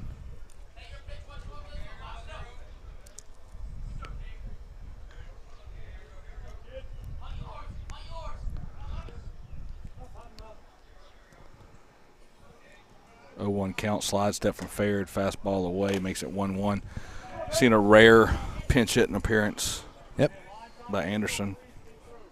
He wasn't in the lineup, wasn't sure if he was here. Kind of been taking some games off. So, good to see him in the lineup. Nobody holding Pana on at first. LeBlanc kind of a decent lead at second. Fayard checks back. Dirt ball. Pana went, but Easton did not. Yeah, LeBlanc read it, but the way it kicked on the catcher, that's hard for the guy at second to see the depth. That's an in-betweener. Yeah, and he got hung up and just made a good choice by going back. Sometimes when it hits that turf on the halo behind home plate, it'll start rolling backwards, and it never really took off enough for Easton to believe that he would make it. Yep. And if you're not sure, don't go. Don't, especially not in this situation. Yep. With one out in a tie ball game. Slide step to Well, it's that Anderson. Also, too, and you got Cade who's up. Yeah. You know. Yeah, a lot of reasons you don't go. But the main one is if you're not sure, don't go. Yeah, exactly. If you hesitate, don't go. Ponev had a better angle at first, so he did break, but he got back safely also. So 3-1 count to Anderson. Expect to see him coming out of his shoes right here. Oh, man, why not? Go play with the big boys playing center field. Slide step. There it is. Kind of jammed him a little bit. And everybody goes back. So 2 outs after the fly ball to left from Anderson. Back to the top here with number 4, Aiden Barrios. So your pitcher, Aiden Barrios, up to bat with 2 outs. Tie ball game, bottom of the 4th inning. Needing to pull a Pinkerton right here. I know. And score 2. A little Texas leaguer. Although Aiden can leave the ballpark. Oh, he can do it all. So takes a fastball away for ball 1. Did Clinton text about the filters again? No. Probably private. Left us hanging, man. You said the private message you. Well. Runner's going. Fastball take. Throws in the left. And LeBlanc's going to score from third after a double steal. And a throw from the catcher wasn't even close. So that's going to give St. Paul's the lead. Yep. What did I hit? I think I hit the wrong thing. Yep, 2-1. Ponev stays at second. And you hear the frustration in the coaches below us. Yeah, I mean, not necessarily a ball you probably want to throw with 2 outs. Yep. You know, I've always appreciated more in that situation with 2 outs, trying to attack the tail runner, who's not going to get as good of a jump as the lead guy. So if you're going to make a throw. If you're going to make a throw. Yeah. So jam job, left fielder coming in, and he makes the catch. So, you know, you could hear the Northshore coach below us saying, hey, just give him the bag. It's not a tie ball game. And now you get out of it with a fly ball. But the Wolves take the lead after a double Fleur-de-Lis title stolen base. So thank you to Fleur-de-Lis title ×2. Jeff Leicestershire and Fleur-de-Lis title official stolen base sponsor of the Wolfpack Broadcast Network. So LeBlanc and Ponev double steal. Ball gets by the third baseman in the left field. LeBlanc scores easily from third to give the Wolves the lead. We're going to take a quick commercial break and hear from a few of our sponsors, and we'll be right back.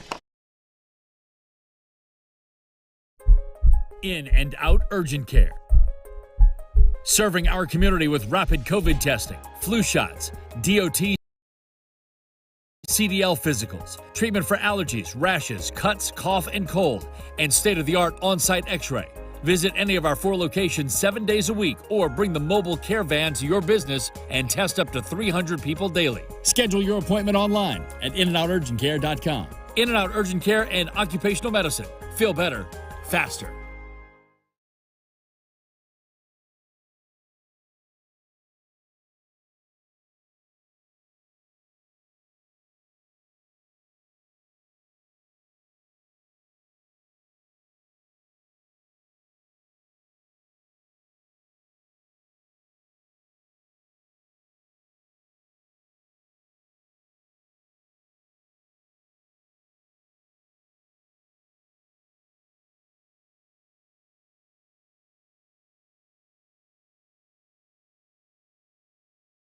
You want to throw hard, healthier, with better command? Hit me up. We got you.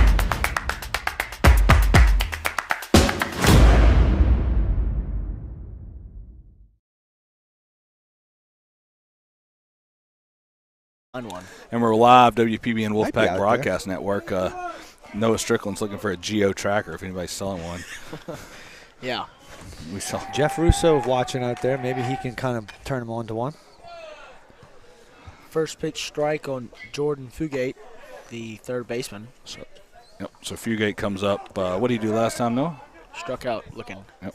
I believe he tried to bunt twice and then looking at another one. So St. Paul's took the lead there in the bottom of the fourth as we go to the top of the fifth. Live at the Heap on WPBN. I want to thank In and Out Urgent Care, official scoreboard sponsor of the Wolfpack Broadcast Network. Aiden Barrios still on the mound for the Wolves from the windup. Pitch to Fugate, fouled off 0-2. You got a pitch count, Jeff? I was literally about to pull that one up right here. I'm going to say 67. 67? 53. All right. 67. Fastball up to Fugate. Makes it 1-2. Let's see right here. Aiden's at 50. 59. Sorry, 59. That's what I said, 59. You counted that last pitch? Or it's going to get 60? It's going to be 60, yeah. So 61 right there. Caught, Drop third strike. Spalita rolls out. Throws over to Pontiff at first for out number 1 and a Top Velocity strikeout. So thank you to Top Velocity, official strikeout sponsor of the Wolfpack Broadcast Network. So 61 now. Barrios is at 4 strikeouts on the day. Yep, 4 Top Velocity strikeouts. So who got to bat there, Noah? The leadoff, number 7. The leadoff man, David Cantrell, pops it up. Easton going back. Good job opening up his hips. It's pretty good technique right there. Yep. So 2 outs here in the bottom or top of the 5th. We're going to bring up number 2, Jack Buell, the second baseman. Buell. So we've learned a lot today, Jeff, between the Texas Leaguer and Geo Trackers. Yeah. Noah learned how to pronounce Buell, which I don't know if we'll call that a lot. It's not spelled how you think it is. How? That's the only way it's spelled, Noah. B-U-L-E, like mule but with a B, but it's not spelled that way. No, it's spelled the way it's spelled everywhere. I don't know. I've never seen it before. If it was B-U-L-E, it'd probably be bully or Boulet in Louisiana. Yeah. So, but here, I'm going to blow your mind right here, Noah. It's spelled the same way fuel is spelled. Yeah. Yeah, there you go. Not a boy. Yeah. Noah, junior at St. Paul's, honor roll student. Oh. Fastball up for strike 1.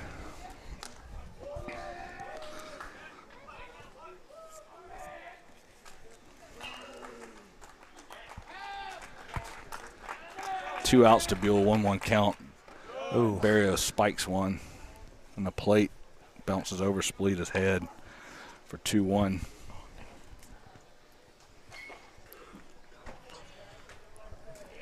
We've had some really good weather lately. Yeah. I mean, we had those odd, weird days, but everything, it's either been perfect or cancel school. Yeah.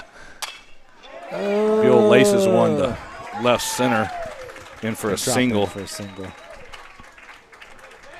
So a 2-out hit from Buell. Going to bring up number 26, the right fielder, Jacob Gross. What did he do the last couple times? He struck out and then walked. So 0 for 1 on the day with a top velocity strikeout and a walk-on's walk. Barrios from the stretch. Buell with a decent lead at first. Adds another one. Barrios comes set, checks him. Goes to the plate for strike 1. Bourgeois playing about a step behind the bag over at third. Outfield straight up, and the middle guys playing on the grass. Second and short. Buell with his hands on his knees. Secondary, all-speed pitch up.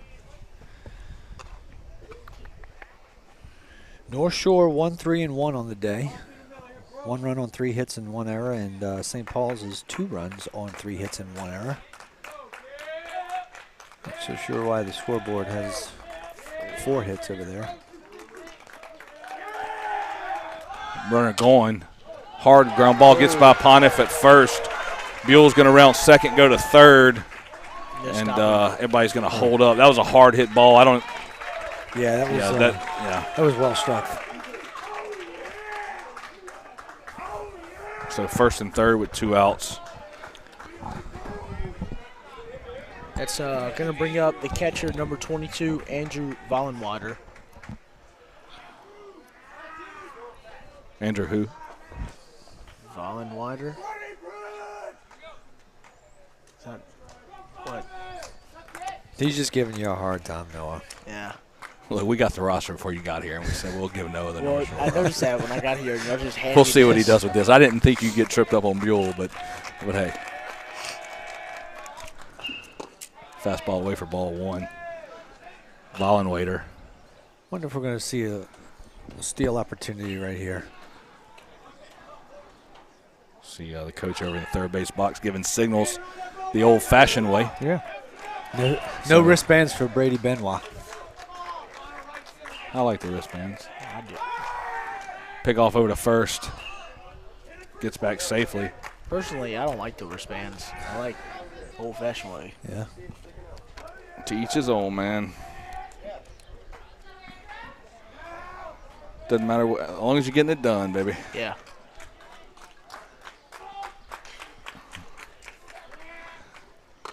Check swing from Vollenhader.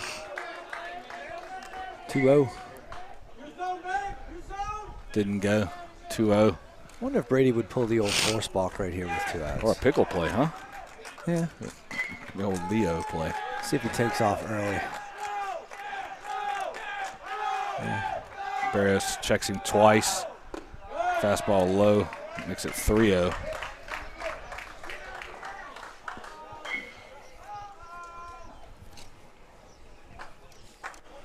What do we have here?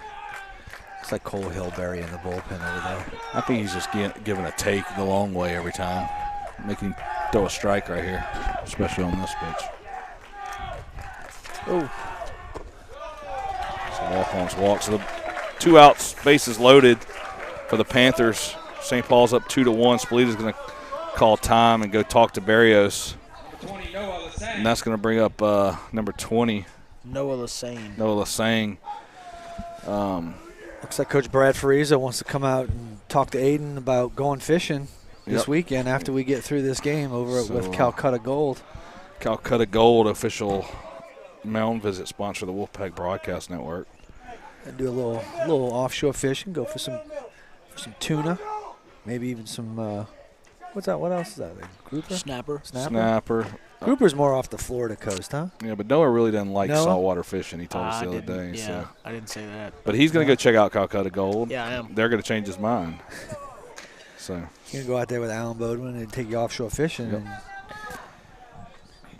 rock your world. Thinking of Calcutta Gold.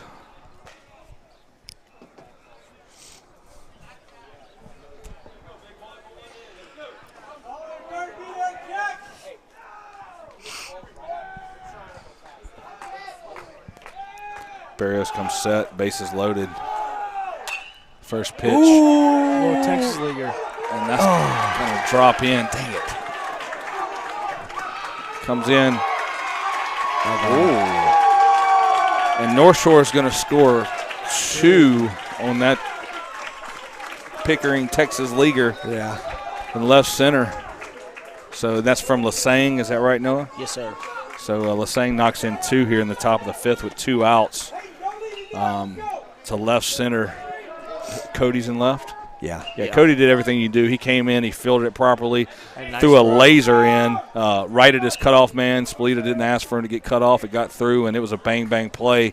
And the runner kind of slid into Spalita's shins, but he still caught it. And it was. I mean, just about 2 steps late. Yeah. So it's bang play at the plate, and nothing you can do there. So North Shore takes the lead here in the top of the 5th, 3-2. Going to have first and second with a pinch runner at first base. Who's 28, Noah, for them? Evan Jacobs. So Jacobs going to come in and run for Lassane, about half the size of Lassane, so probably double the speed. So maybe. Yeah, I'm assuming. Brings up number 3, the center fielder. Lassane is big. I mean, Hayden Wingrove. Who is this, number 3? Hayden Wingrove. Wingrove. First pitch swinging. I find out what kind of bat that is. Everybody's using it.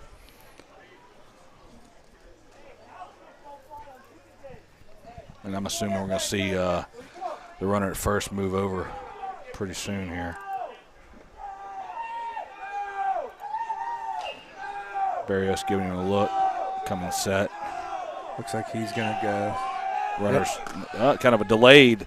Ooh. You think that was the? I almost thought it was. I think he was a rundown. He was because he jumped, stopped. Splita came up. If he'd have threw to first, he would have went to rundown because he was walking back to first, trying to get Pontiff to chase to bait him. Yeah, so kind of a halfway pickle play there. Everything but the pickle. Yeah, big cut for strike 2. So see if we can get us a top velocity strikeout here to end the top of the 5th and go bat. So first and third, 2 outs, 1-2 count. What's the batter, Noah? Hayden Wingrave. It's almost like the runner at first is baiting Steven to throw the ball to first base by. They want this run at third. Kind of nonchalantly coming back. And you might even see him go early, which he's trying to get Barrios to pick off over here. Because I think he's going to. You can even hear the first base coach telling him to go, and he doesn't.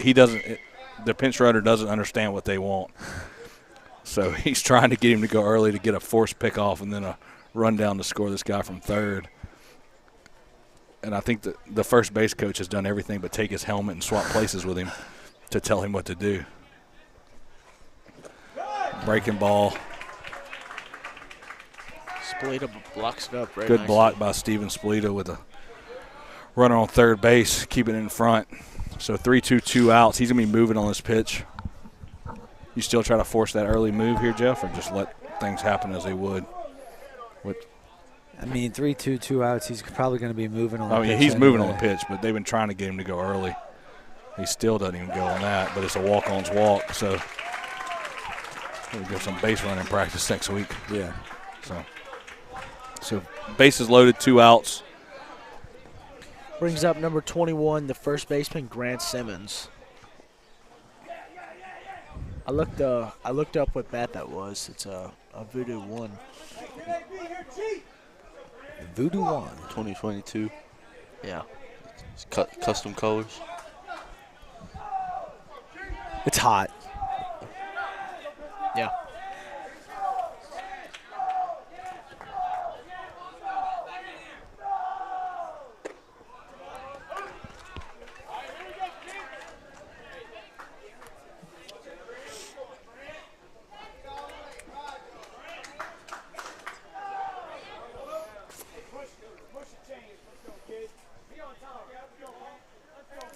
Pitch from Barrios. Big cut by number 21 to make it 0-2.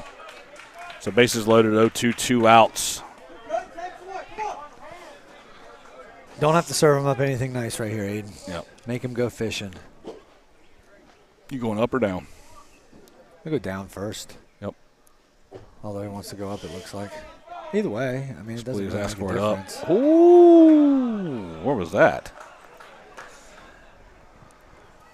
Well, based on Aiden's reaction, he thought it was a strike. The truth of the matter is like that pitch really shouldn't be a strike. It should be elevated or No. Yeah, elevated out of the zone. Or it's not where he wanted it, right. but he ended up, and the guy watched it. So, yeah. It looked like had to be at the top of the box. Change up down. So 1-2. Nope. Fastball. Ooh. Good frame job by Splita. A little bit outside, looked like. So 2-2 count. Northshore just took the lead 3-2 on a 2-run Texas leaguer. In left center. Barrios from the stretch. Short leads everywhere. 2-2, 2 outs. Ooh, off-speed pitch. Oh. Good take. It's hard not to chase that, Almost got him fishing Almost got him. He wanted it, and he just laid off last second.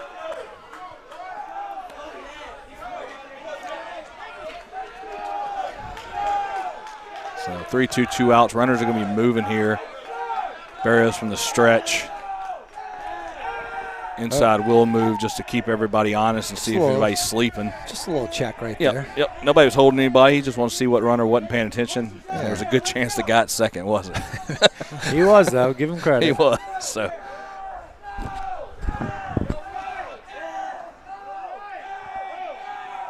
Fastball, strike 3, top velocity strikeout. Yeah. North Shore doesn't like it. The batter doesn't like it, but hey.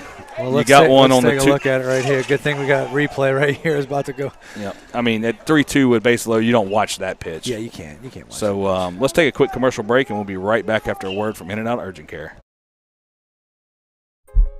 In and Out Urgent Care. Serving our community with rapid COVID testing, flu shots, DOT CDL physicals, treatment for allergies, rashes, cuts, cough, and cold, and state-of-the-art on-site x-ray. Visit any of our 4 locations 7 days a week or bring the mobile care van to your business and test up to 300 people daily. Schedule your appointment online at inandouturgentcare.com. In and Out Urgent Care and Occupational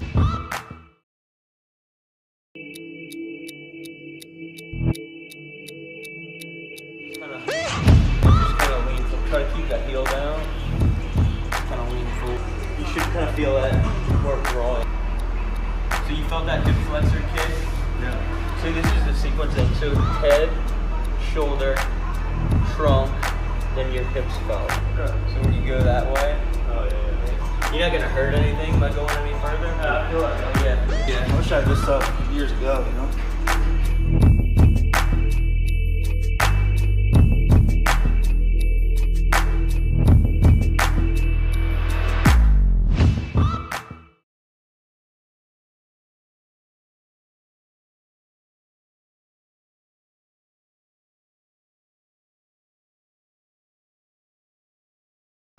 And we're back live at the Heap, bottom of the 5th inning.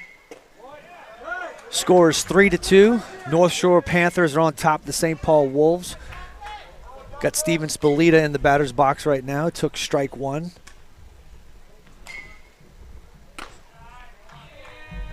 That one misses right there for ball 1. So 1-1 count to Spolita.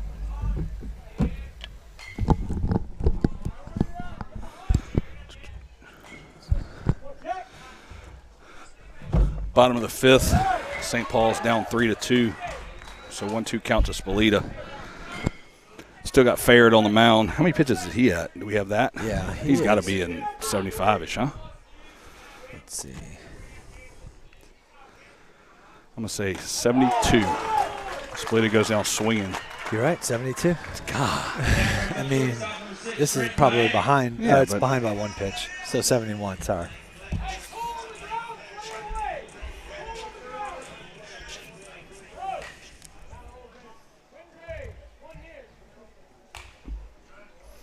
It's going to bring up the shortstop, Trent Kaimi.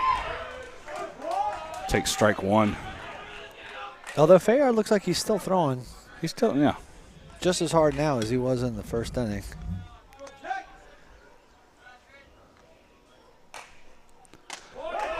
Ooh, a little bit low.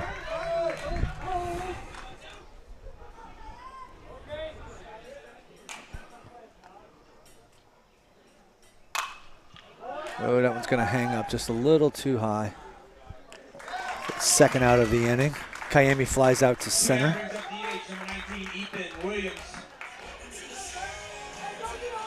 That's going to bring up the designated hitter, Ethan Williams, number 19. Ethan is 0 for 2 on the day. Don't let that fool you. Check swung. Says he went, strike 1. Sun finally set behind the clouds and the trees here at the Heap. Ooh, big cut from Williams, foul straight back 0-2.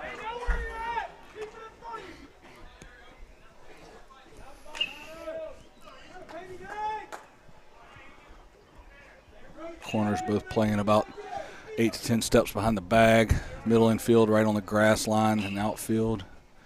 And the outfield straight up. Center field kind of creeping in. Fastball up for ball 1. Wolves have got to do something to kind of pick up the intensity right now. Yep. There definitely feels like there's been a momentum shift. You know, those 2 runs in that last inning feel like now, even though the score is dictating it. Base hit by Williams, so that'll spark them up a little bit. Hopefully so, because it is a little mundane over there. It doesn't look like they're have a sense of urgency. And, you know, if they don't do something to address this now, they're going to look up in 2 innings and wonder what the heck happened because and that's going to bring up they can play good defense. Gavin Bourgeois, the third baseman, put one off the fence in the second. What did he do as second at bat? He popped out to shortstop. Popped out to short. Yeah. Guy made a really great play. And he barrels that one up with 2 outs, but right at the center fielder. So Wolves going to go down, get to the 6th, still down 3-2, and we'll be right back. Hi, I'm Brent Forcio, the CEO of Top Velocity, and we'd like to show you the scientific methods we've developed to building elite baseball players. We evaluate biomechanics and their athleticism, like mobility, speed, strength, power, to identify where they have restrictions or deficiencies in their abilities. The Top Velocity methodology has given us the ability to produce more 90-plus testimonials than any other program in the world. Contact us now for more information.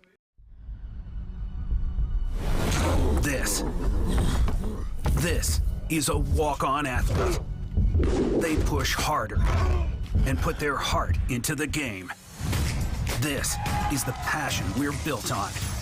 It's why we put our heart into creating game day with a taste of Louisiana.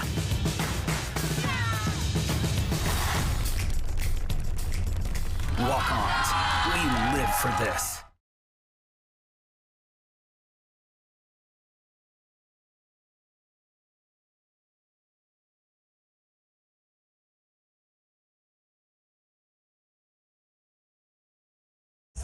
And we're back live, WPBN Wolfpack Broadcast Network. North Shore leading 3-2 here in the top of the 6th inning. Hillberry on the mound for the Wolves. So Hillberry, a junior left-hander. Looks like he's going to be going in for Brody McClellan, who has come out of right field, and Aiden Barrios is now in. Oh, okay, nice. You got some sausage. Sausage. If you want a burger, you can go. We can go get you one. Okay, I'm good. But she just got me one. Thank you. Sweet. Do you want that? That's fine. Good. You want sausage or burger? I'm good. All right. So Cole Hillberry on the mound. Who's that bringing up for North Shore? Number Andrew Powell. Yeah, Andrew Powell. Powell's at least had 1 hit today. He's had a bunch of balls hit to him in left field. First pitch from Hillberry, low. Gets by Spolita. You know, there's nothing better than the hamburger on the hot dog double-up buns. You know, that's a staple here at the Heat.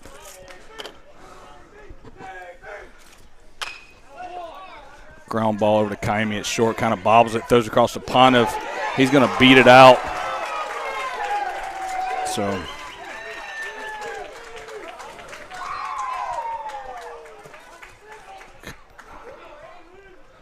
Kaimi looks like he's kind of, you see that?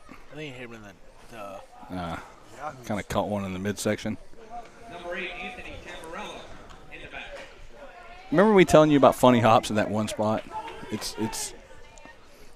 I know I'm probably crazy with it, but it's pretty consistent. Jeff's got a mouthful of sausage. Does that go down as a fielder's choice? Well, you do. Backdoor from Spolita. Does that go down as like a fielder's choice or an error? Or just a hit? Error. Oh. Fielder's choice is when you got somebody on base and you have the option to go with a force and you go the other way. So. I just didn't know about that. Yep. Hillberry comes set. Powell with a short lead with a lefty. Hillberry goes to the plate. Who we got up, Noah? Number 8? Nope. I don't think. Anthony Tamborello. Tamborello. Is he pinch hitting? Yeah. He's pinch hitting for Jordan Fugate. Okay. Tamborello's a good player. Been watching him all these years. 2-0 count. Tamborello shows bunt Used to again. compete against them when they were the North Shore Prospects. Oh, yeah. Yep. When my little beast team was taking on the North Shore Prospects. We got our fair share of butt whoopings from that team.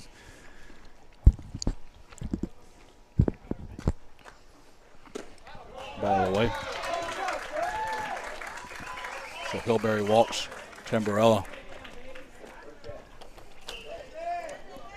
That's going to bring us the leadoff, David Cantrell. Yep, back to Cantrell. What's he done today? No?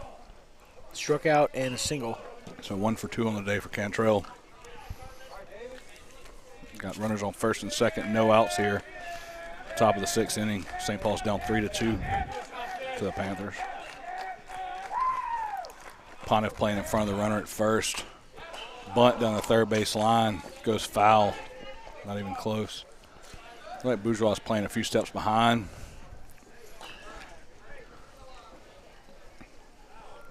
Yeah, I'm going to go ahead. I'm going to go ahead and comment on this again. The atmosphere in the dugout of St. Paul's is absolutely dead.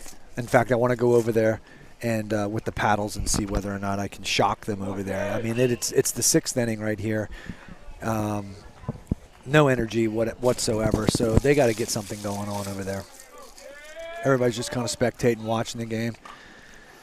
Shows bunt again, fouls it down third base line with Pontiff charging.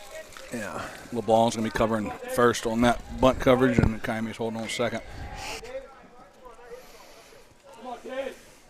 I'm just shocked at the lack of sense of urgency here.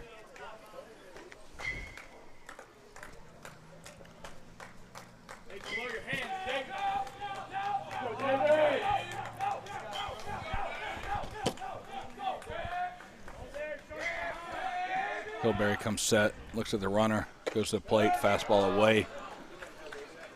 Going to make it 1-2.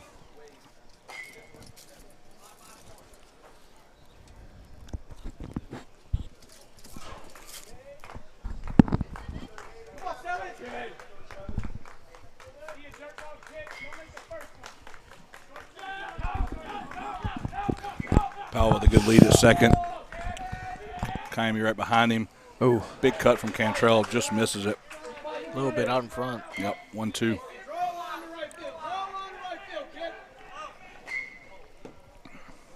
Just over 2 hours in this game here. Yep. Almost done. At least for right now, anyway. Top half of the 6th inning. Corner's about 3 or 4 steps behind the bag on each side. Hillberry to the plate, fastball up. Spalita looks back door, fakes it.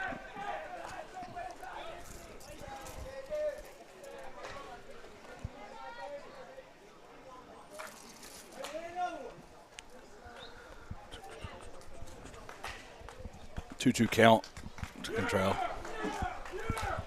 Do you mind? Yeah. Thanks. Fastball up.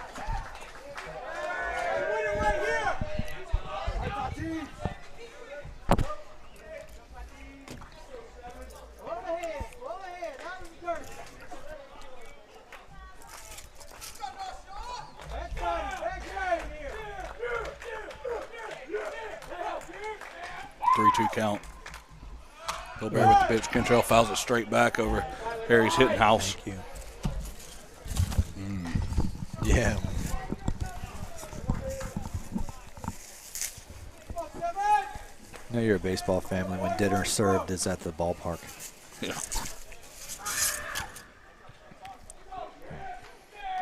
Be safe to say that half your meals in your life probably come from a ballpark. More than half.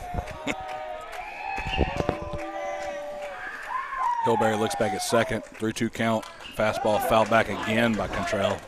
Getting to his, what, 8th Panthers pitch, are getting loud down there in their dugout. I know we're sitting here right over the top of them, but you can definitely feel they want it. The energy on this side of the field.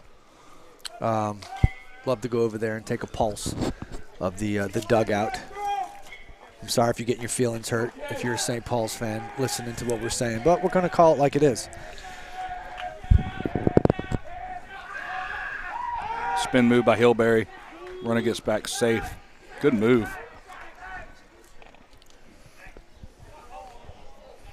And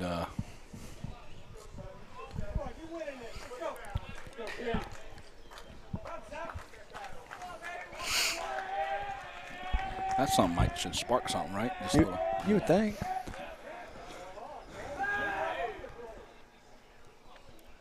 Hillberry steps off. Northshore wants a balk, didn't see it. Yeah, I'm not sure what they were looking at right there. Yeah. If he was swaying or what. There they go. Plate. Fastball up for strike 3. Spalita throws it into left field. Get the guy at third. And okay, well, we'll take that one. Bourgeois is going to get the backdoor runner for the throw, but North Shore's going to score one to make it 4-2. So 2 outs now with the top velocity strikeout. That's right. It was a strike him out throw, an unconventional strike him out, throw him out right there. Yep, that was a 1-2-7. Not too often you see the old you see the strike him out, but the throw him out came from the left fielder. So, I mean, we'll take it. Unfortunately, at the cost of a run there, but 2 outs. Yep. Nobody on base. Brings up number 2, the second baseman, Jack Buell. So Buell shows bunt with 2 outs here. 0-0 count, or 1-0 now. What did I do? And we hadn't started over yet. Sorry. All good. Trying. Hillberry from the stretch, nobody on. I need Connor. Big cut from Buell for strike 2 or strike 1.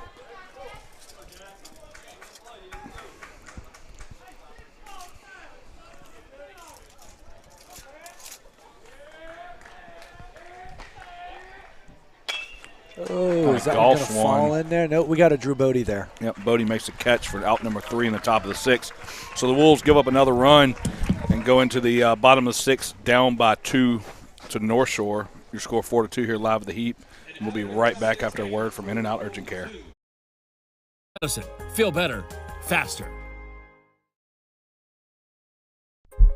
In-N-Out Urgent Care. Serving our community with rapid COVID testing, flu shots, DOT CDL physicals, treatment for allergies, rashes, cuts, cough, and cold, and state-of-the-art on-site x-ray. Visit any of our 4 locations 7 days a week or bring the mobile care van to your business and test up to 300 people daily. Schedule your appointment online at InandOutUrgentCare.com. In-N-Out Urgent Care and Occupational Medicine. Feel better, faster.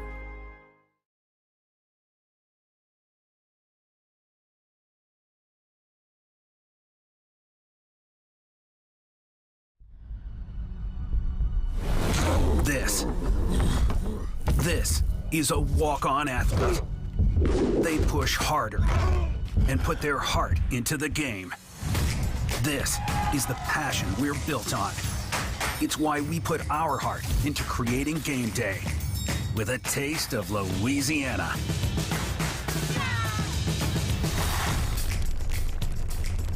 Walk-ons, we live for this. And we're back live. WPBN Wolfpack Broadcast Network going to the bottom of the 6th. Leading off the inning here, center fielder Drew Bodie. Bodie. Need a little spark here. Yep.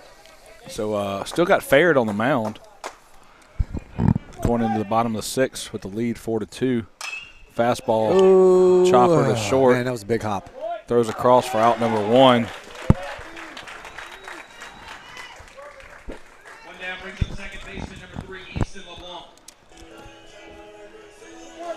Up now, number 3, the second baseman, Easton LeBlanc. Just joining us, got junior Noah Strickland and sophomore Caden Arnold in the St. Tammany Oshner streaming deck, helping us out. Glad to get some students involved. First pitch fastball away.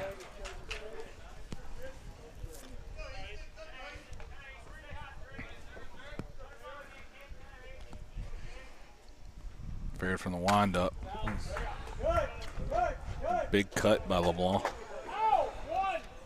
Don't need it all back in one swing. We just need to piece together a nice inning. Look, you're not going to chip away. That kid's going to take advantage of every bat he gets. Yeah. You're not shortchanging him. He's getting his hacks in. Oh yeah, he will swing it. Sees the ball well and barrels up balls. Yeah, he barrels a lot of balls up. So excited to see his next 3 years after this freshman. Yeah, it'll be good. Run. Another big cut, just misses it. He just missed that one.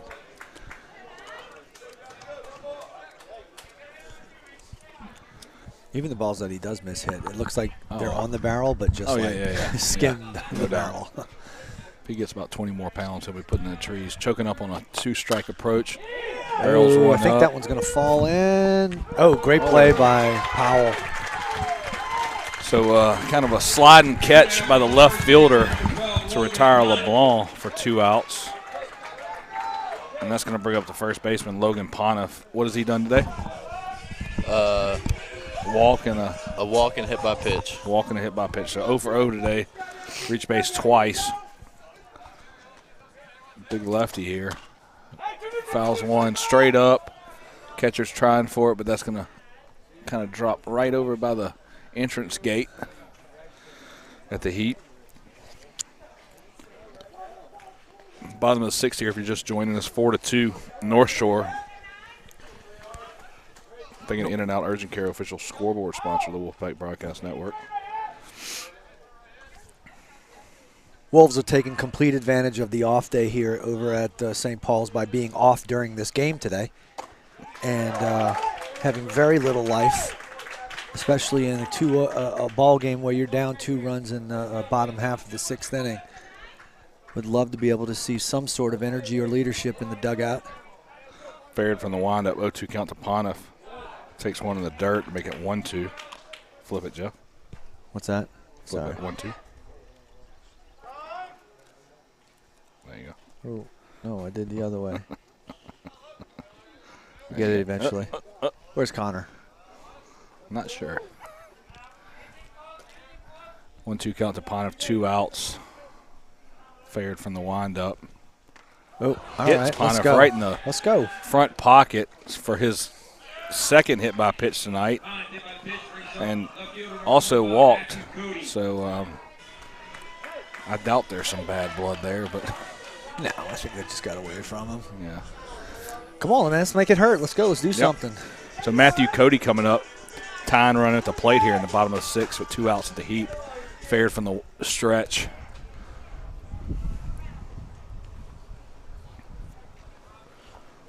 Slide step from Fair, strike 1.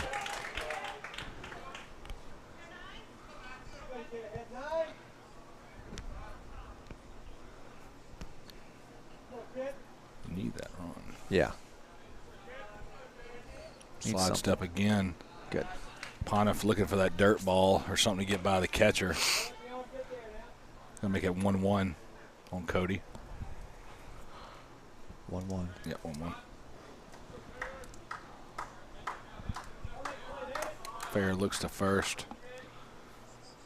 Pontiff secondary, off-speed pitch away for ball 2.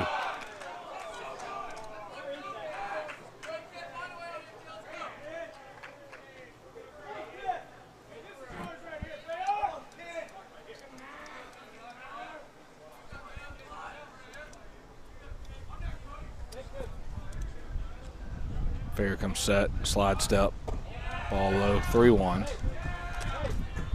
Maybe see a hit and run right here? No, not 3-1. I mean, he may go, but I mean, it's not like a bona fide hit and run. I wouldn't want him to swing and through a bad pitch just to protect the runner. So swing and a miss to make it 3-2. Backdoor pick. Pontiff gets back safely.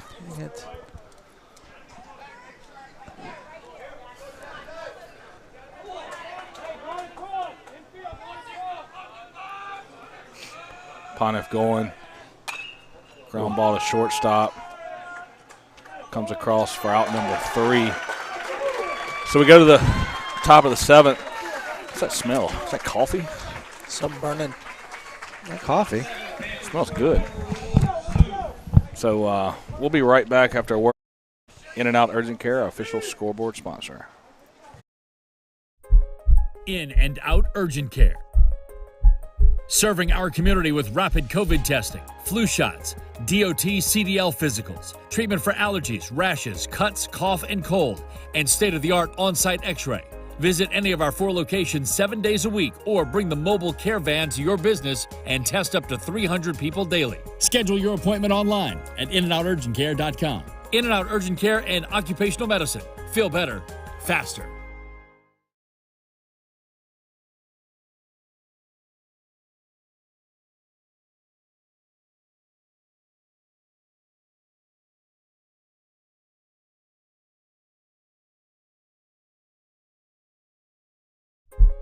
In and Out Urgent Care. Serving our community with rapid COVID testing, flu shots, DOT CDL physicals, treatment for allergies, rashes, cuts, cough, and cold, and state-of-the-art on-site x-ray. Visit any of our 4 locations 7 days a week or bring the mobile care van to your business and test up to 300 people daily. Schedule your appointment online at inandourgentcare.com. In and Out Urgent Care and Occupational Medicine. Feel better, faster.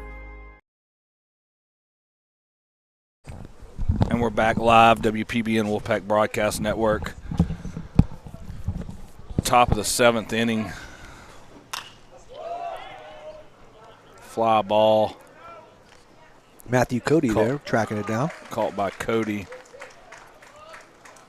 for 1 out here. 4-2 Panthers, top of the 7th.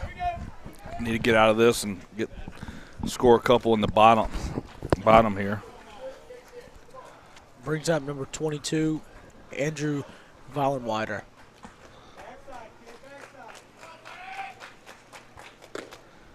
Still got Hillberry out there? Yeah. Yep.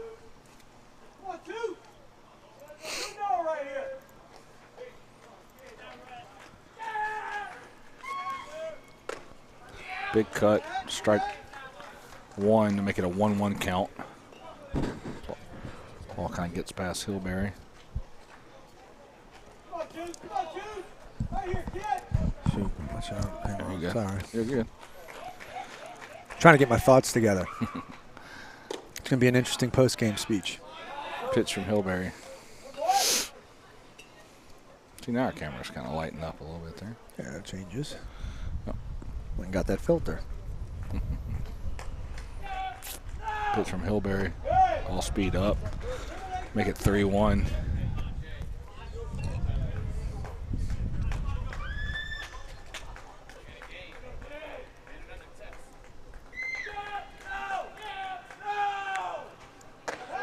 Oh. He's going to reach on a walk-on's walk. And don't know if anybody's in the bullpen. So Lasang's going to come up. And got a pinch runner for Northshore. Who we got, number 17, Noah? Joshua Matt. Joshua Matt's going to come in and run. So Lasang's going to come up. There he goes. Runner going. Throw by Spolita. Down to LeBlanc. Gets by LeBlanc. But he's going to stay there at second base. So that's the move I was talking about in the last. Yeah. Force that. So runner on second here, 1 out, top of the 7th. North Shore leads 4-2 at the heap. What did Lasang do his last at bats, Noah? Fielder's choice, flew out, and a 2-run single, RBI single. High fly ball. LeBlanc back in the outfield grass. Makes the catch for out number 2. So Lasang goes down after a pop-up to LeBlanc. He's responsible for scoring 2 runs. Yep, on the Texas Leaguer. To give them the 4-2 lead. Yep. Who we got up now? Number 3, the center fielder, Hayden Wingrave. Wingrave comes up, takes strike 1 from Hillberry. Fastball down the middle.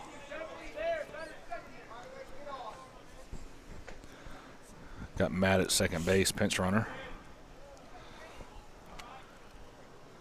Got a 5-step lead. Hillberry gives him a look. Kaimi right in his back pocket. All-speed pitch, big cut. Nice change-up right there. Yep. Way out in front.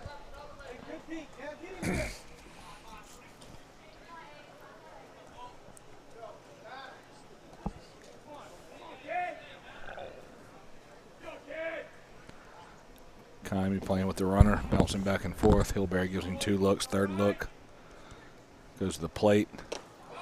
There you go. Spolita, good block, good take catch, good tag for a Top Velocity strikeout. So thank you to Top Velocity, official strikeout sponsor of the Wolfpack Broadcast Network.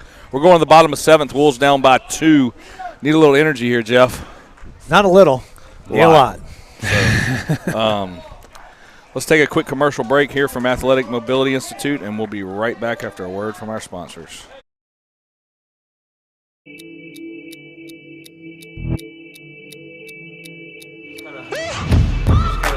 Try to keep that heel down. Kind of lean forward. You should kind of feel that work drawing. So you felt that hip flexor kick? Yeah. So this is the sequence then. So head, shoulder, trunk, then your hips felt. So when you go that way, you're not gonna hurt anything by going any further. I feel like that. Yeah. I wish I had this stuff years ago, you know?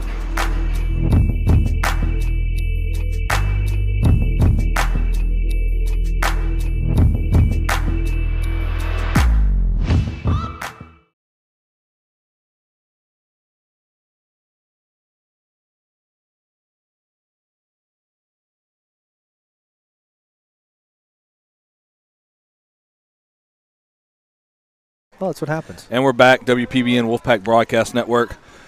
Mike Arnold, Jeff Winchester, Noah Strickland, Caden Arnold in the St. Tammany Oshner WPBN streaming deck. North Shore up 4-2 here in the bottom of the 7th of the heat. Who we got up, Caden? Top of the lineup. Top of the lineup, number 4, Aiden Barrios. So Barrios is going to step in. Need a leadoff runner right here. Takes a fastball for ball 1, a little bit inside there. So North Shore fans don't like it, but so Fair is still in the mound for the Panthers. Fastball low and away for ball 2. How many pitchers? He's got to be in 90-ish, 85 to 90, right, Joe? Yeah. Fared, because he was at 71. Of course, last inning was short, kind of, right? Check swing, foul back by Barrios.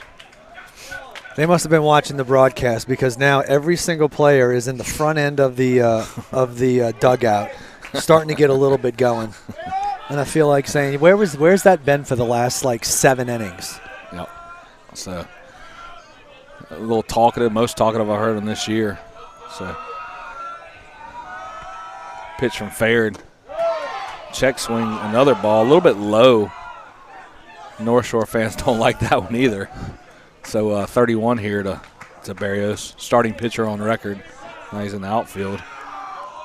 31, big high fly ball. It's a tough sky right now. That's a tough sky. ball. It's a tough ball. And that is going to drop. So in and out of the glove. We call it a base hit for Barrios. Yeah, this sky right here and the dark spots that we kind of have at the heap in left center and left field foul line. Just, when off the bat, you knew there was a chance there. So leadoff single for Barrios. It's going to bring up number 5, your catcher, Steven Spolita. So Spolita's due right here in a good spot. He can tie it up with 1 pitch. So we just need to keep the inning alive. So Fair from the stretch gives Barrios a look, slide step. Oh, that was a little bit up, a little bit away. Still trying to figure out this umpire zone in the bottom of the 7th, which is usually not a good sign. No. So 0-1 count to Spolita. Fair comes set, slide step again. Big cut by Spolita to make it 0-2. Jeez. I did look off the plate. Yeah. I just saw the review. A little up, a little out. On that strike one. He called 3 better pitches in the at-bat before, the balls. So 0-2 count to Spolita. Spolita making his adjustments here, choking up, moving up in the box. Barrios secondary, fastball up for ball 1. Is it 2-1 or 1-2? I didn't think the first pitch was called a strike. I thought he did. Didn't. I might be wrong. I know he fouled the second one off. He did. So 20. I don't think they know it's a strike. They just changed it. Yeah, so it's 2-2. Oh, okay. Yeah. We were right. We usually are. Yeah. I was about to say, man, I thought I had it wrong. 2-2 count to Spolita. Barrios with a short lead at first. Fair comes set, slide step. Ooh, same thing. Might fall in. Yeah, that's going to be foul. Oh, foul ball. So into the darkness over there by the turtle shell. Spolita kind of got jammed on that one. So 2-2. Barrios with a short lead, short secondary. Trying to see what Spolita can do here as a leadoff runner. Fair comes set, slide step, fastball. Ground ball to second. Over to second for the first out. Spolita's going to be safe at first. So 1 out here. As Spolita hits into a fielder's choice. And second baseman goes to short for the first out. It's going to bring up Number 6, Trent Kiami. So Kiami, the shortstop. One out here, bottom of the 7th. Fared to Kiami, big cut. We've seen Kiami tie up ball games and win ball games in this situation. Walked them off last year. Yep. You know, so he's got the juice. Fair comes set. Fastball away, 1-1. And it would kind of suit this whole year for us to win this game in the last inning against North Shore. In every other sport we've kind of peed in their Cheerios at the end of the game. Between football, basketball, and so. Umpire was yelling at the North Shore dugout for chirping him. For tripping him? Chirping. Oh, chirping. Oh.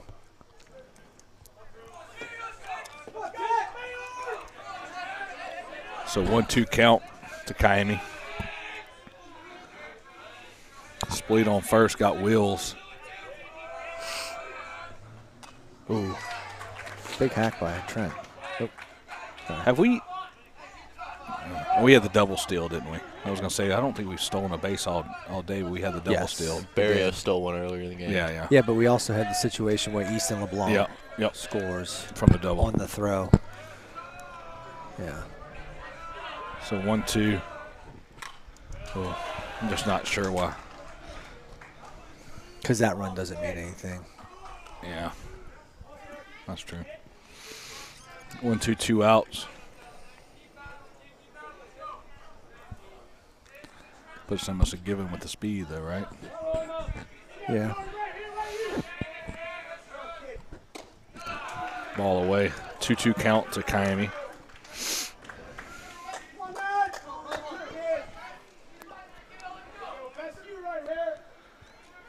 North Shore leads 4-2. Bottom of the last inning. 1 out. Spolito on first. Kiami at the bat. 2-2 count. And watch a strike 3. So 2 outs. We got somebody coming in? No?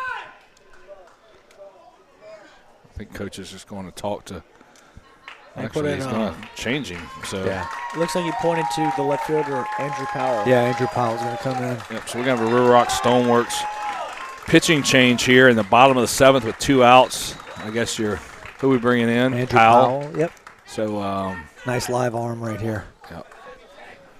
And Williams is going to be up to bat. Is that right? So Ethan Williams, senior designated hitter, going to be up to bat after Powell gets warmed up. So bottom of the 7th, 2 outs. St. Paul's down 4-2 live at the Heap. District 6-5A matchup. You know, while we're during this River Rock Stoneworks pitching change, we can talk a little bit about District 6-5A. So St. Paul's in the lead right now, 5-1 in district, followed by Ponchatoula 4-2. Covington, Slidell, Mandeville, and North Shore all in a four-way tie for third at 3-3. And Fountain Blue at 2-4, and then Hammond leading up the pack at 1-5. Overall, kind of a mixed bag as far as their records go. St. Paul's 13-10, Ponchatoula 13-9. Covington with the most wins overall at 14-9. So 6-5A standings as of today.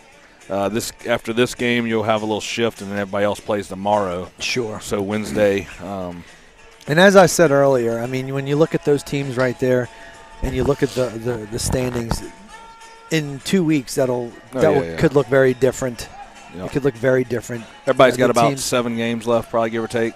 Give or take, yeah. I mean, at any given moment, any one of these teams can wind up beating any one of these teams. Yep. I mean, we've seen that on a consistent basis. It's not like one team is just, that much better or that much worse than all the other ones. Nope. Being able to reproduce.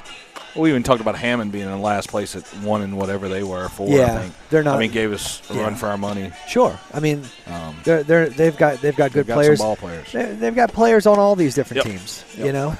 Can they all put it together all the time? And maybe they're not having as much consistency with certain aspects of the game that other clubs have been doing as of now. Almost at the halfway point, but No lead is safe with any one of these teams, and at any given moment, any one of these teams can beat any one of these teams. What's your philosophy here, Jeff? Got this guy coming in, Ethan Williams, batting, new pitcher, 2 outs. You're up by 2, guy on first. I mean, are you throwing a bunch of junk, see if he's chasing, or you going at him? Well, I got to be careful because I know Ethan is a very good fastball hitter. And he's got the juice to be able to change the game right here in one swing of the bat. So I am being careful. Might start him off with a breaking ball. Or go right at him. Yep. So fastball, big cut from Williams, strike 1. I was thinking the same thing. See what he does on that first pitch. But I mean, the other thing, the flip side of the coin is you don't want to get beat on your second best pitch. Yep. So if I'm gonna get beat, he's gonna beat me on my best stuff. There's your breaking ball right there. Breaking ball for strike 2. So 0-2 count on Williams. And now it's just dealer's choice. You know, you have so many different options right here.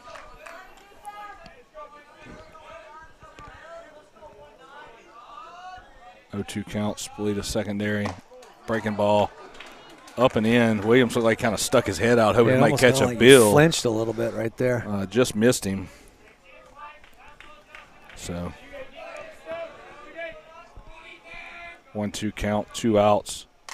Ooh, way out in front of that one. Cap shot. Kind of had a little English on it over to Coach Gibby at the first base box, making a play.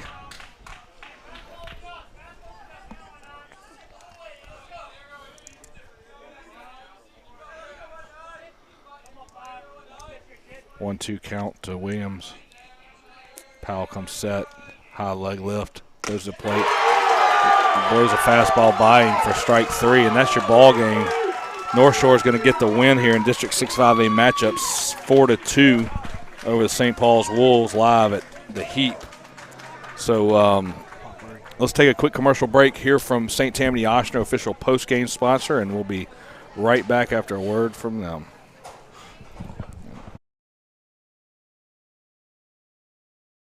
There's a place on the North Shore where children feel right at home. Our highly specialized partnership provides them the most comprehensive pediatrics. Together, we offer extensive capabilities for everything from a simple checkup to specialties like cardiology and urology. So, while they have so far to go in life, all they need is right here. Ochsner Hospital for Children at St. Tammany Parish Hospital. Advanced care for kids of all ages. There's a place on the North Shore where children feel right at home. Our highly specialized partnership provides them the most comprehensive pediatrics. Together, we offer extensive capabilities for everything from a simple checkup to specialties like cardiology and urology. So, while they have so far to go in life, all they need is right here. Ochsner Hospital for Children at St. Tammany Parish Hospital. Advanced care for kids of all ages.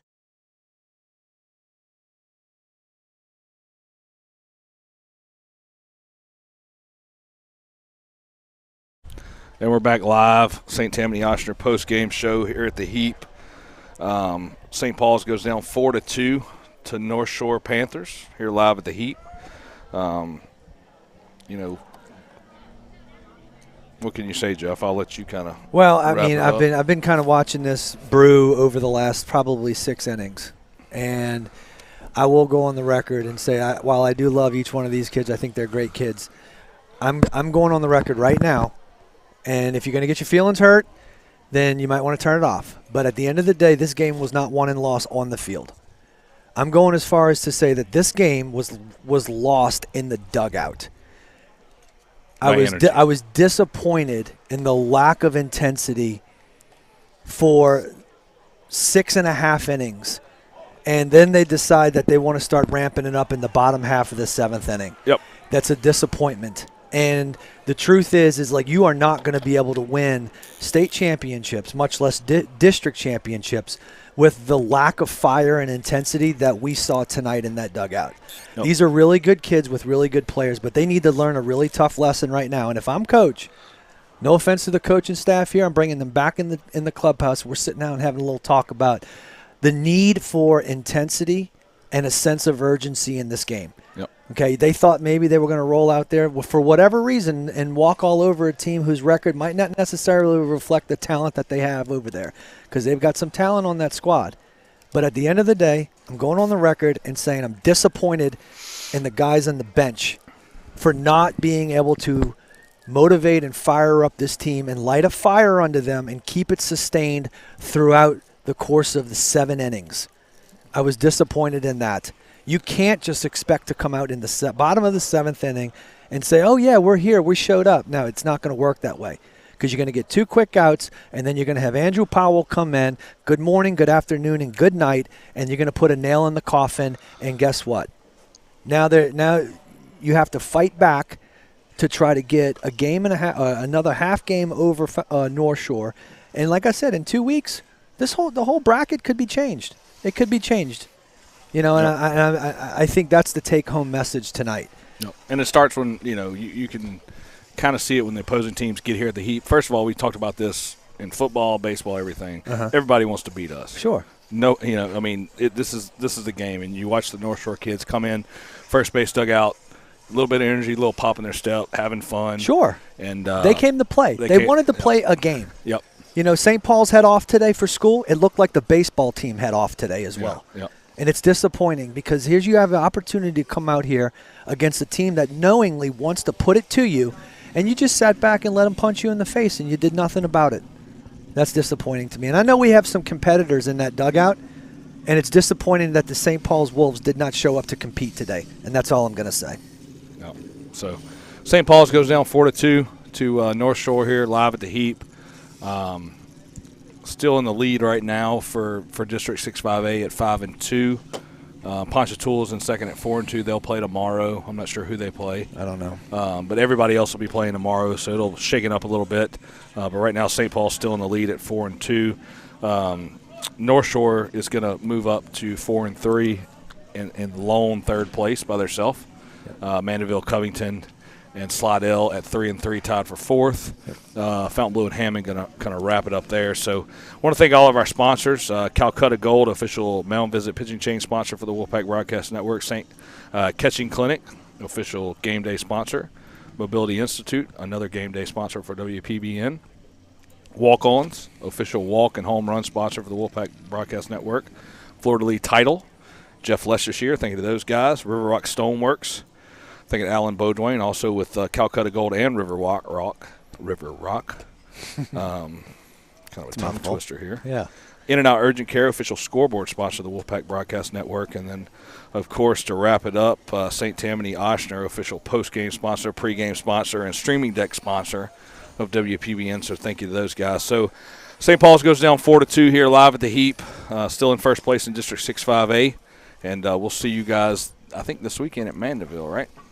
Yes, I will not be there, but I will be I'll be watching it. Okay. I'll be on the other end of the stream. Okay. Giving you a hard time, texting you about all the things that you're doing wrong. So, you'll probably hear me and Ridge, I would assume. So it's good possibility. Yep. So see you guys this weekend, and that's it. So thank you for watching WPBN Wolfpack Broadcast Network, official sports streaming network of St. Paul's Sports, and we'll see you guys in a few days.